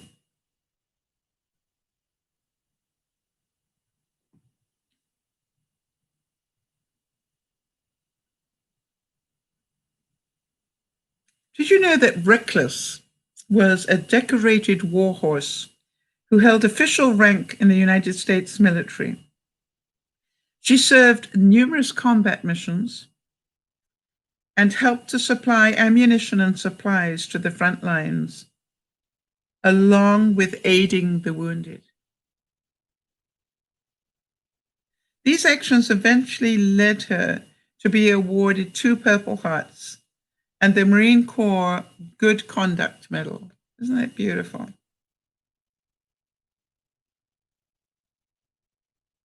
Now then, this, again, is amazing. This is about a parrot. Mama baby, mama baby, were the startled cries of this hero parrot when he noticed a toddler the toddler his owner, Megan Howard, was looking after, had begun to choke. All right? Howard was then able to run into the room and give the child the hind lip remover. So the parrot saw the child choking and literally said, "Mama, baby," in a way that the owner understood it and came rushing to help. I mean, that is pretty darn amazing in my book. So I wonder if you've got your own stories about, when you've been helped by an animal. I am pretty certain that any of you who've got animals in your life, that, I've always said that owning an animal is a 2-way trade, not a 1-way trade. I have found that they give you unconditional love, and you, in return, give them unconditional security. And that is really an amazing trade-off, if you like, and very, very important to us all. All right, so Jodi's reminding me that it's time to do the countdown. And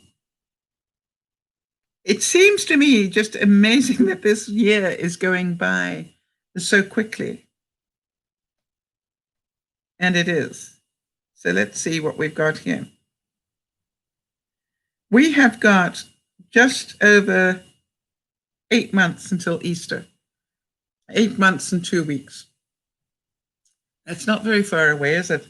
Which means that Lent is actually only 6 months and 3 weeks away.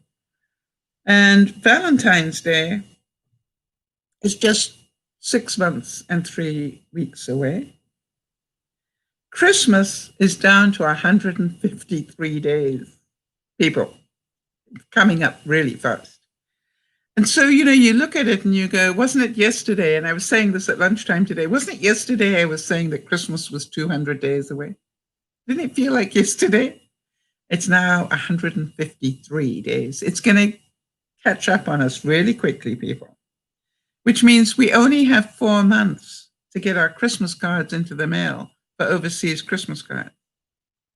That's pretty scary too, isn't it? And US Thanksgiving, where I'll be painting the turkey with a paint stain brush, that was only 4 months for Americans. But, if you're in Canada, it's literally only 2.5 months away because we have our Thanksgiving early October. So, you look at it and the days they're catching up on us pretty fast here. I wanted to let you know that I have now been in the house 6 months and 2 weeks. Doesn't it seem incredible?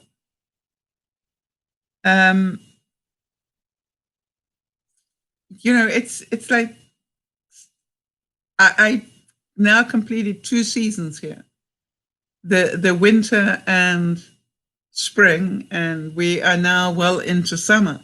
So it is really an amazing thought that I've been here 6 months already. And I still feel like I've only been here for a few months. I'm not saying that it feels like it was 1 month away, no. But it feels like 3 or 4 months. It doesn't feel like 6. Which means that we're heading back towards winter, and let's hope that I am fully prepared. I was talking to a neighbor today. I walked down to the mailbox to go pick up my, I do year-round Christmas presents, and I went down to pick up some of my parcels and for me. And when I was coming back, I saw a neighbor, and I wanted to make sure that they'd been advised of the get-together we're having on Wednesday. And I noticed that they had one of those really nice fire pits. And I said to them, how long can you stay outside around this fire pit? Is it sort of like 3 seasons? And they said, no. That fire pit allows them to sit out on their deck in the middle of winter and be warm. So how many of you know it's now on my list? In case we ever come out of, I'm not going to rush for it because we've got to come out of pandemic first. I won't be needing it really until the pandemic's done. But, there's part of me that goes, I would love to do that. I'd love to be able to sit on my deck and be warm in the winter. And, it also would help from a point of view of keeping the snow off the covered deck that I have. Because I want to tell you, I got to a point last year where I nearly opened up the doors just to let the heat out so that the snow would come off my awning over my deck. And I've got a metal one, not a fabric one. It's a 29-foot deck. And I'm also thinking about maybe buying a whole series of shower curtains and enclosing it for the winter so that the heat coming through the big, I've got those lots of big patio doors. But I'm thinking the amount of heat that must escape through those big patio doors, if I could keep that heat in some way on in the patio, in the deck area, it would probably automatically melt the snow. So, but that's what I'm looking at. And I'm thinking if I had a fire pit, that I could turn on, I even thought about, I might still do it this year, is actually bring my, I've got an electric barbecue, and I was thinking I might bring that up onto the deck this year, so that if it does start to snow, that I'm going to turn it on and let it see what job it does, because I can just move it as I need to along the 29 feet, because it's on wheels, and I can just literally have a traveling heater. That's a good point, isn't it? My barbecue is a pretty good heater if I want it to be. Right. Why would I need anything else? I just have to plug it in. I don't have to buy propane for it. Nobody else would see the logic of that, but I would. I think I'm going to try that this year. As I get to the winter time, I'm going to get somebody to help me get it up onto my patio. I'll let you know how that goes. So this is the whole thing about getting creative. And so, at lunchtime today, I was showing you how I decided I did not want to give up eating popsicles. That is not something I wanted to do, was to give up eating popsicles, but I was paying the price for eating popsicles. And, then I said, well, now I need to know, how do I make popsicles that are tasty, but not as damaging to me? And I did it. And they look, by the way, they're very tasty, and they're great and easy to make, as I demonstrated at lunchtime. Case is saying, when I was 9.5, I had a family dog, toy poodle, named Gypsy. Gypsy was 2.5 years.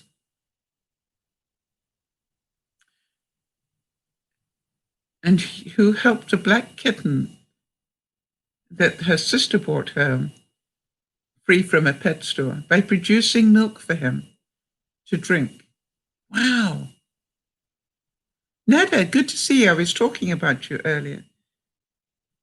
So the toy poodle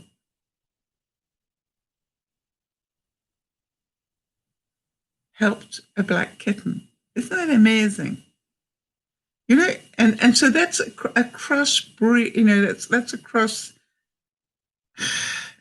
Amazing that a dog would produce milk for a kitten. I bet you that was the cutest thing to see as well. I used to have a dog that was best friends with a rabbit. And they used to chase each other around the outside of the house. It was the most insane thing. 1 minute you'd look out and you'd see the dog chasing the rabbit. And then, you'd look out 5 minutes later and they'd be going in the other direction. And this time the rabbit was chasing the dog. And, it was a game that they played for as long as the rabbit lived. The rabbit, unfortunately, died before the before the dog did. But, it was incredible to watch them. And they obviously had such fun. Yes, Nada, you're right. At first, I wasn't sure were they playing or not. Yeah, it was, especially as it was the dog chasing the family rabbit. It was like, no, what's he chasing him for? And when you saw the reverse happen, it was just so cute, because you're going, they're just playing, and that was amazing. And when I'd go out riding on my horse, they would both come with me. The rabbit and the dog would both come with me. And the rabbit would get tired pretty easily, so it was just like, okay, well, yeah. And then the dog would stay with the rabbit. So it was really interesting to me how that bond had, I don't know what happened, how they formed that bond, I will never know, but they did. And and it lasted for as long as the rabbit lived. So, yeah. And Jody, I will never know why we formed the bond that we did, but I'm really glad that we did, Jody, because, I think about it and go, every week you do so much incredible work to make this broadcast happen. And you do it with such love, and I am aware of that. And I'm hoping that it continues to bring you the joy that you tell me that it does. What were the dog and rabbit's names? Okay. The dog's name was Jochie, which comes from the Dutch, and the rabbit was called Rabbitus. I bet you didn't think I could remember that. And by the way, I was probably 5 or 6 at that time. Isn't that amazing that I can remember their name, Mother? Rabbitus from and Jochie. Jochie was a Cocker Spaniel. All right. And Jody's saying we work well together for sure. Always a pleasure, Sal. Well, I'm certain that all the viewers also appreciate the time and effort that you put in, and it's really magical to me. All right, so Kez is saying the story reminds me of Charlotte's Web. Yes. You know, and have you ever thought about the relationship that we all have together? Right? How many of you have formed really amazing relationships with other viewers without really knowing why? And I would suggest that, how many of you were genuinely delighted to see Nada's name come up? I mentioned that I saw it come up at lunchtime and how it had pleased me, but how many of you, when it came up again this evening, were delighted to see her name? And Isabel, I don't know what we ever did right that we got you as a viewer, but I am really glad for so many reasons. And Nada, I don't make anybody cry. If you want to cry, if you want to make yourself cry, that's up to you. But I definitely don't make people cry. And Nada's saying, I'm so grateful for all of you. Well, Nada, you see, one day soon, you're going to realize that DearMamaSal isn't just about me. DearMamaSal is all of us supporting each other. It is all of us helping each other get through the tough times. It is all of us sharing the hysterical story of, my unit arriving in bits and for that split second not knowing whether it had fallen off the truck or not. And it is all of us just realizing none of us is perfect and we're all doing the best we can. How many of us have absolutely been in awe of what Nyasha manages to do in Trinidad and Tobago without half the stuff that we have available to us in North America?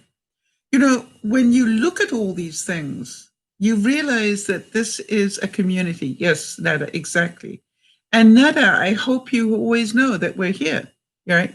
And that's what I said earlier. Whenever you want to reach out, you know that we're here. And Nada's saying it feels like old friends here. Cozy in Sal's house. Oh, isn't that beautiful? Thank you. And I want to tell you something, and I wonder whether you will believe it. And that's really up to you. But there have been times when you probably don't realize how much I appreciated that you were there. That regardless of what was going on in my life, that the fact that I knew it was time to do a broadcast and that I put my stuff aside so that I could do a broadcast, in a way saved me as well. And I want to thank you. Let's just see what Nyasha's saying here.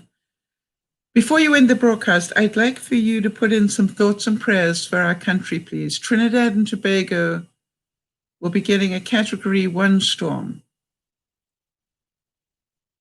Okay, so Category 1 is pretty windy. I've been through a Category 1, Nyasha, but then maybe my house was more sturdily built. I don't know.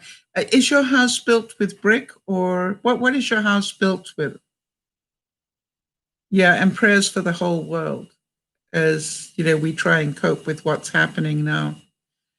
I don't know if I told you, but Big Brother Jeff is actually planning to leave Africa.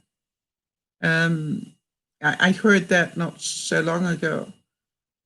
that he and his girlfriend are planning to actually just leave Africa and come back to first world. And I think, that's pretty scary to think about. But,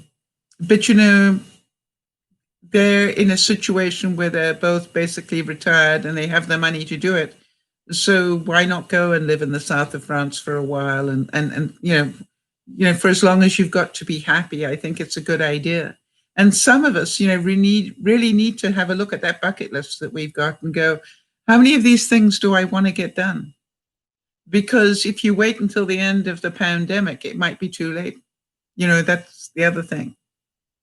So I would, as I did at lunchtime, remind you all that, especially if you're sitting in North America, that, it's about to get a lot worse, not a lot better. Right. And Sandy's saying, I wish my sister and her family would leave. I'm so scared for them. Yes. All right. So Niesha's saying it's built with bricks. Okay. We're on a hill. And my dad, when he heard what was happening, went and strengthened the roof. Yes, the roof is vulnerable. There's no doubt about that. And it's good that your daddy went up and did that. The main thing is, do you know what to do when a category 1 hits, Niesha? Has your daddy taught you what to do? Have you been through a hurricane before?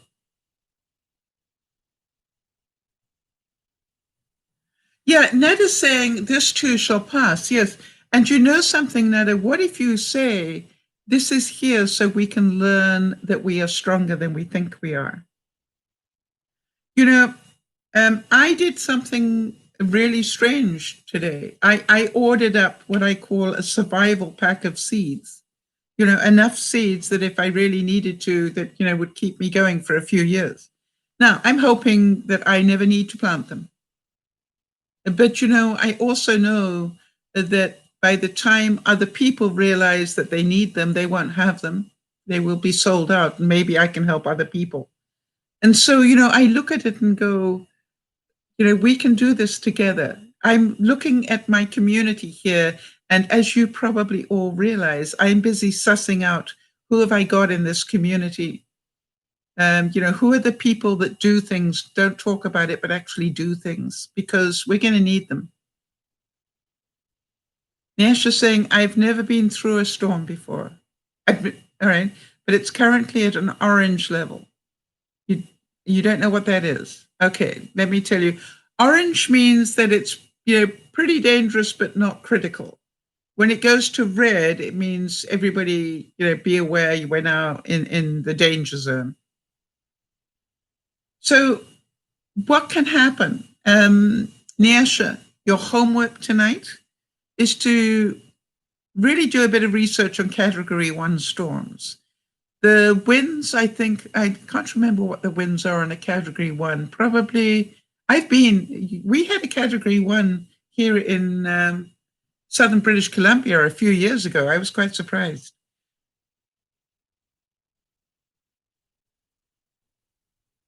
Right. And so that's a really good idea. Niesha's saying, I'm glad we all have these coping skills for life unexpected events. Good.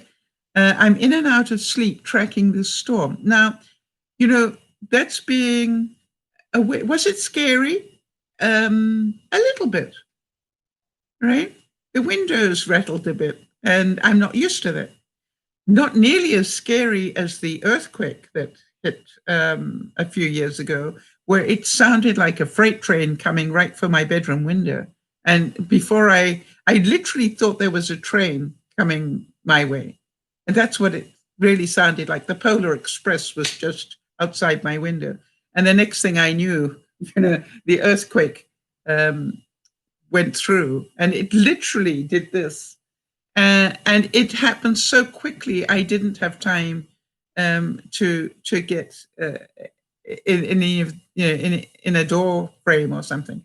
Kez is saying, just remember. Sal's saying, be prepared, not scared. Yes, thank you, Jody. I thought if I carried on talking, you'd probably do that. We are a great team. Jody is letting you know. Yeah, sure. That category 1, the winds will go up to about 95 miles an hour. Depending on the structure of your home, that's why I asked, do you have brick, or, if you are in a mud hut somewhere, that's pretty dangerous. If you're in a brick house with regular windows, properly installed windows, that shouldn't be a major problem. Although my recommendation would be, try and keep away from the windows. Do you have shutters for your windows? I would think you probably do, living where you live. Do you have shutters for your windows that you can close them on the outside? Because normally when you live in that sort of area that has those sort of storms, you also have shutters. So let's find out if you've got shutters, honey.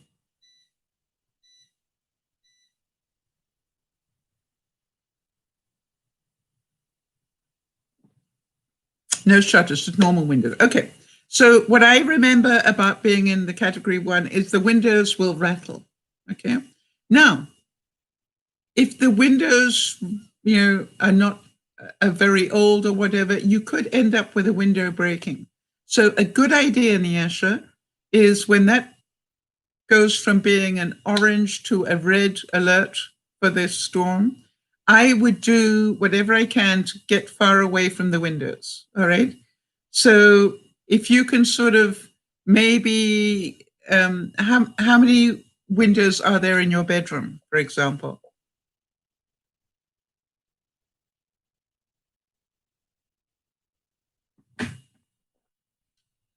So one thing I would do is to make sure I've got water and I've got some food and, and some basics in case things go wrong. I would, I know you're in your bedroom on your own, so I would make sure, get some bottled water if you've got it and have it in your bedroom. Get some extra food in your bedroom, just in case you end up getting caught in there, that you have the basic requirements. Yes, Nada's saying, I heard in some places they've boarded up windows. I don't know what storm that's for. I think some people do that for any storm. Yes, charge your phone too. Good idea, Nada. Yes, and Nyasha, make sure your phone is charged. Nyasha's saying, they say it's moving slowly. There's one large window by your bed. Okay. So what I would do is when that storm hits, I would probably not sleep on my bed. I would probably put the mattress on the floor, the other side of the bed. In other words, that you've got your bed, the window. Okay, does that make sense? Do you want me to draw that for you?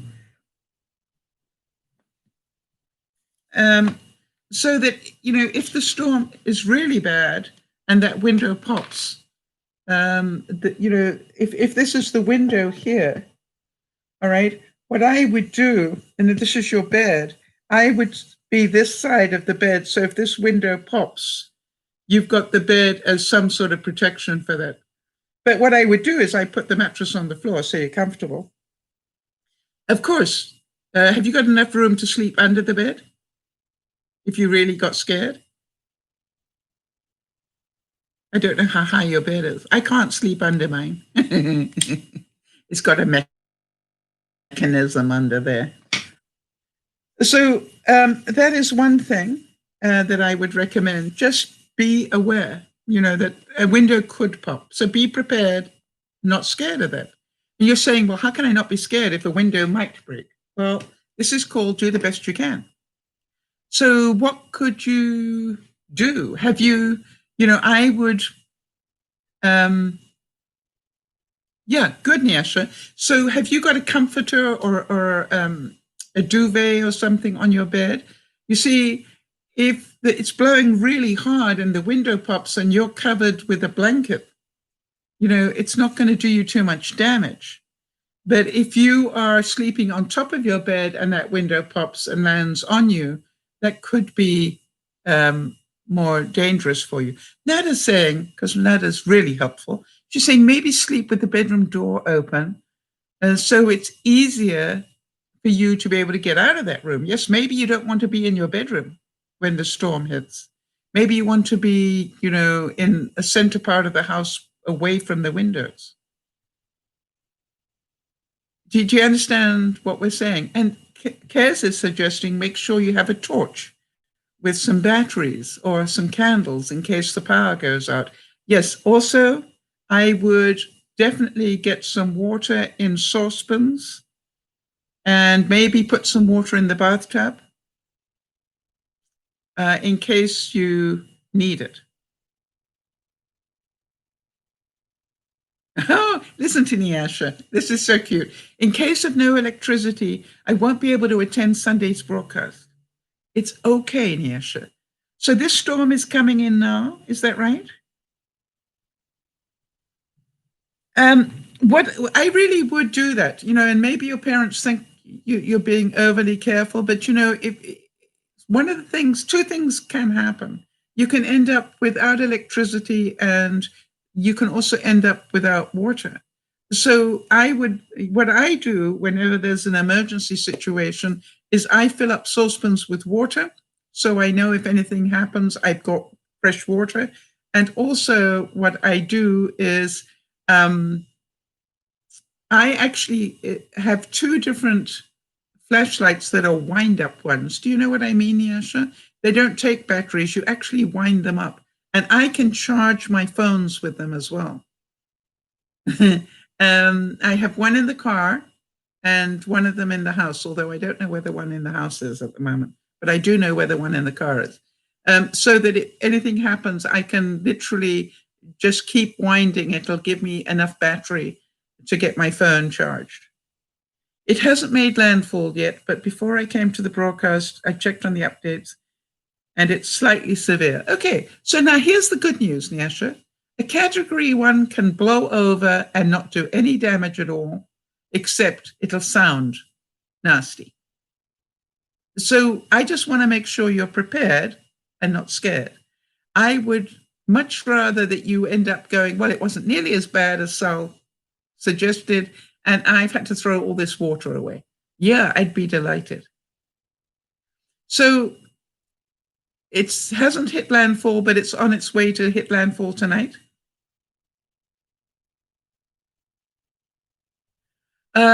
I can't remember where I got it. Probably Amazon or something.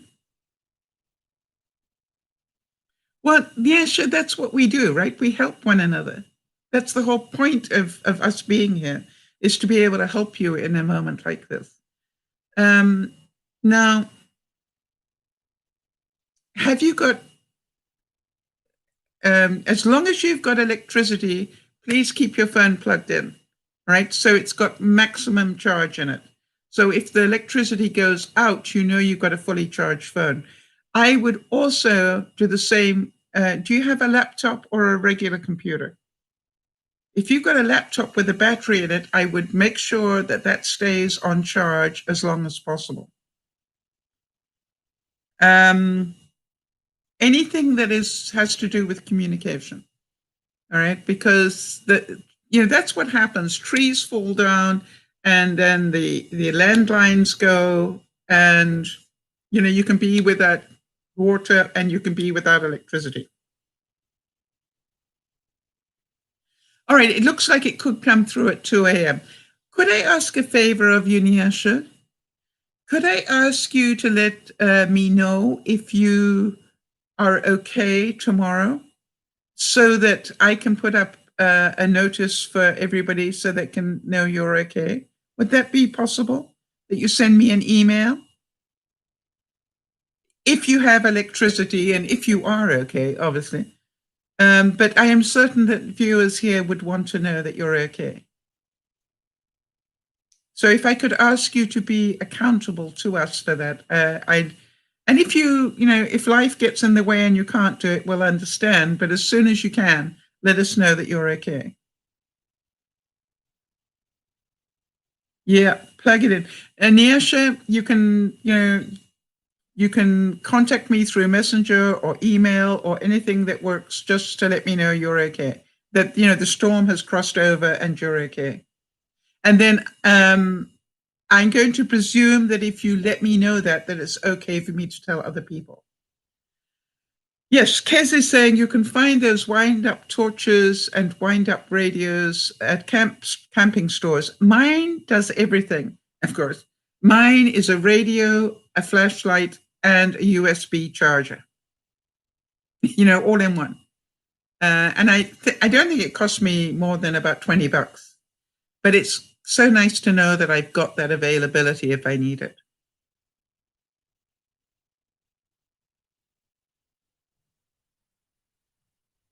I could, not tonight because I'm tired, but I could tomorrow, especially if Jody reminds me, go out and take a snapshot of mine.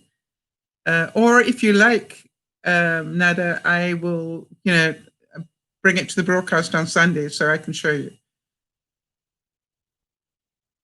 Okay, so Nasha's saying, yes, I'm going to update you guys. And if I can't, I'll be thinking of you all. There you go. That's good.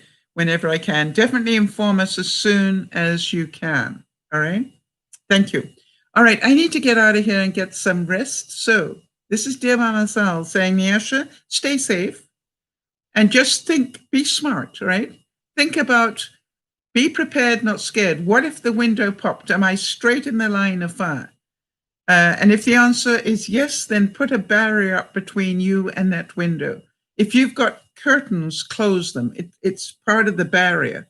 If you've got blinds, whatever you've got, if you've got blinds like this, close them. A category 1 will still move the blind, but it will stop some of the glass. Makes sense? Yes, I've got a camping lantern. There you go, Nyasha. I bought it not knowing of its importance. Now I couldn't be happier. There you go. You see, that's being prepared, not scared. So we will look forward to hearing from you tomorrow. And as soon as you let me know, I will automatically let everybody else know. Yes, good point. Ned is saying maybe sleep in clothing that covers your arms. Very, very clever. Maybe sleep in clothing that you can get out of the house on. I think whenever there's emergency, don't worry about getting into your night clothes, right? I would sleep in clothes that you can get out of the house. I would also pack some clothes in case you need to get out of the house, just some sort of like overnight stuff. And I would probably go to sleep wearing shoes. If you've got runners, I would probably... Yes, exactly, Sharon, right? And shoes that cover your feet, not flip-flops. So if you've got runners or tennis shoes, whatever you call them there in Trinidad and Tobago, have those on as well. And if you have any way of just covering your head, go to sleep with the blankets over your head, just in case. Yeah. So think about that. Try and not have your skin in a position where, you could get hurt by the glass. Okay. And we'll look forward to you telling us that it wasn't nearly as bad as you thought it was going to be and everything's fine. And we'll look forward to that tomorrow. So I'm not trying to scare you, Nyasha. I just want to make sure you're prepared. Right? And it sounds like you're being very level-headed about it. Well done. We love you, honey, so that you can do this. You are much braver than you think you are. And you've proven that time and time again. So just, do what you can. And also, make sure you've got your camping lantern. Make sure you've got whatever you need. What if something happened and you were trapped in your bedroom for 24 hours? Could you survive? And that's the way I look at it when there's an emergency. Do I have water? Do I have enough, things to snack on? You don't need to have full-blown meals, but do I have a couple of candy bars and something that'll keep me going if I need it? Nyasha said, I know. And before the broadcast, I wasn't like this. Okay, but that's why we're here, honey. All right, you can do this. All right, everybody, have a wonderful evening. And yes, just stay safe as best you can. And, you got more chance, quite honestly, Nyasha, you got more chance of it being fine than it being really dangerous. It's only a category 1, and it's already that close. Nyasha, do you understand that when it hits land, it will taper off? It's always strong until it hits land. Now, I know that you're on an island and, that's not a lot of land for it to hit, but the actual, when it hits land, it slows down a bit. So, let's hope that they should already be able to tell you where they're expecting it to hit land. Have they told you that? I'll do a bit of research on that myself after the broadcast, all right? So just keep doing what you're doing, get as much information as you can. Knowledge is king. And just think about, how do I stay safe? If your parents don't want to stay safe, that's their business, right? Your job is to look after you. Kez is saying, I love how we're all working as a well-oiled team to help Nyasha. It's what we do, Kez. All right. Nyasha saying good night, everyone. I can't say I'll see you Sunday because I don't know. But we'll see you Sunday if you can do it. Okay. And we will forgive you if you can't do it. That's quite all right. We don't keep score here, Nyasha. Don't worry about that. Life gets in our way.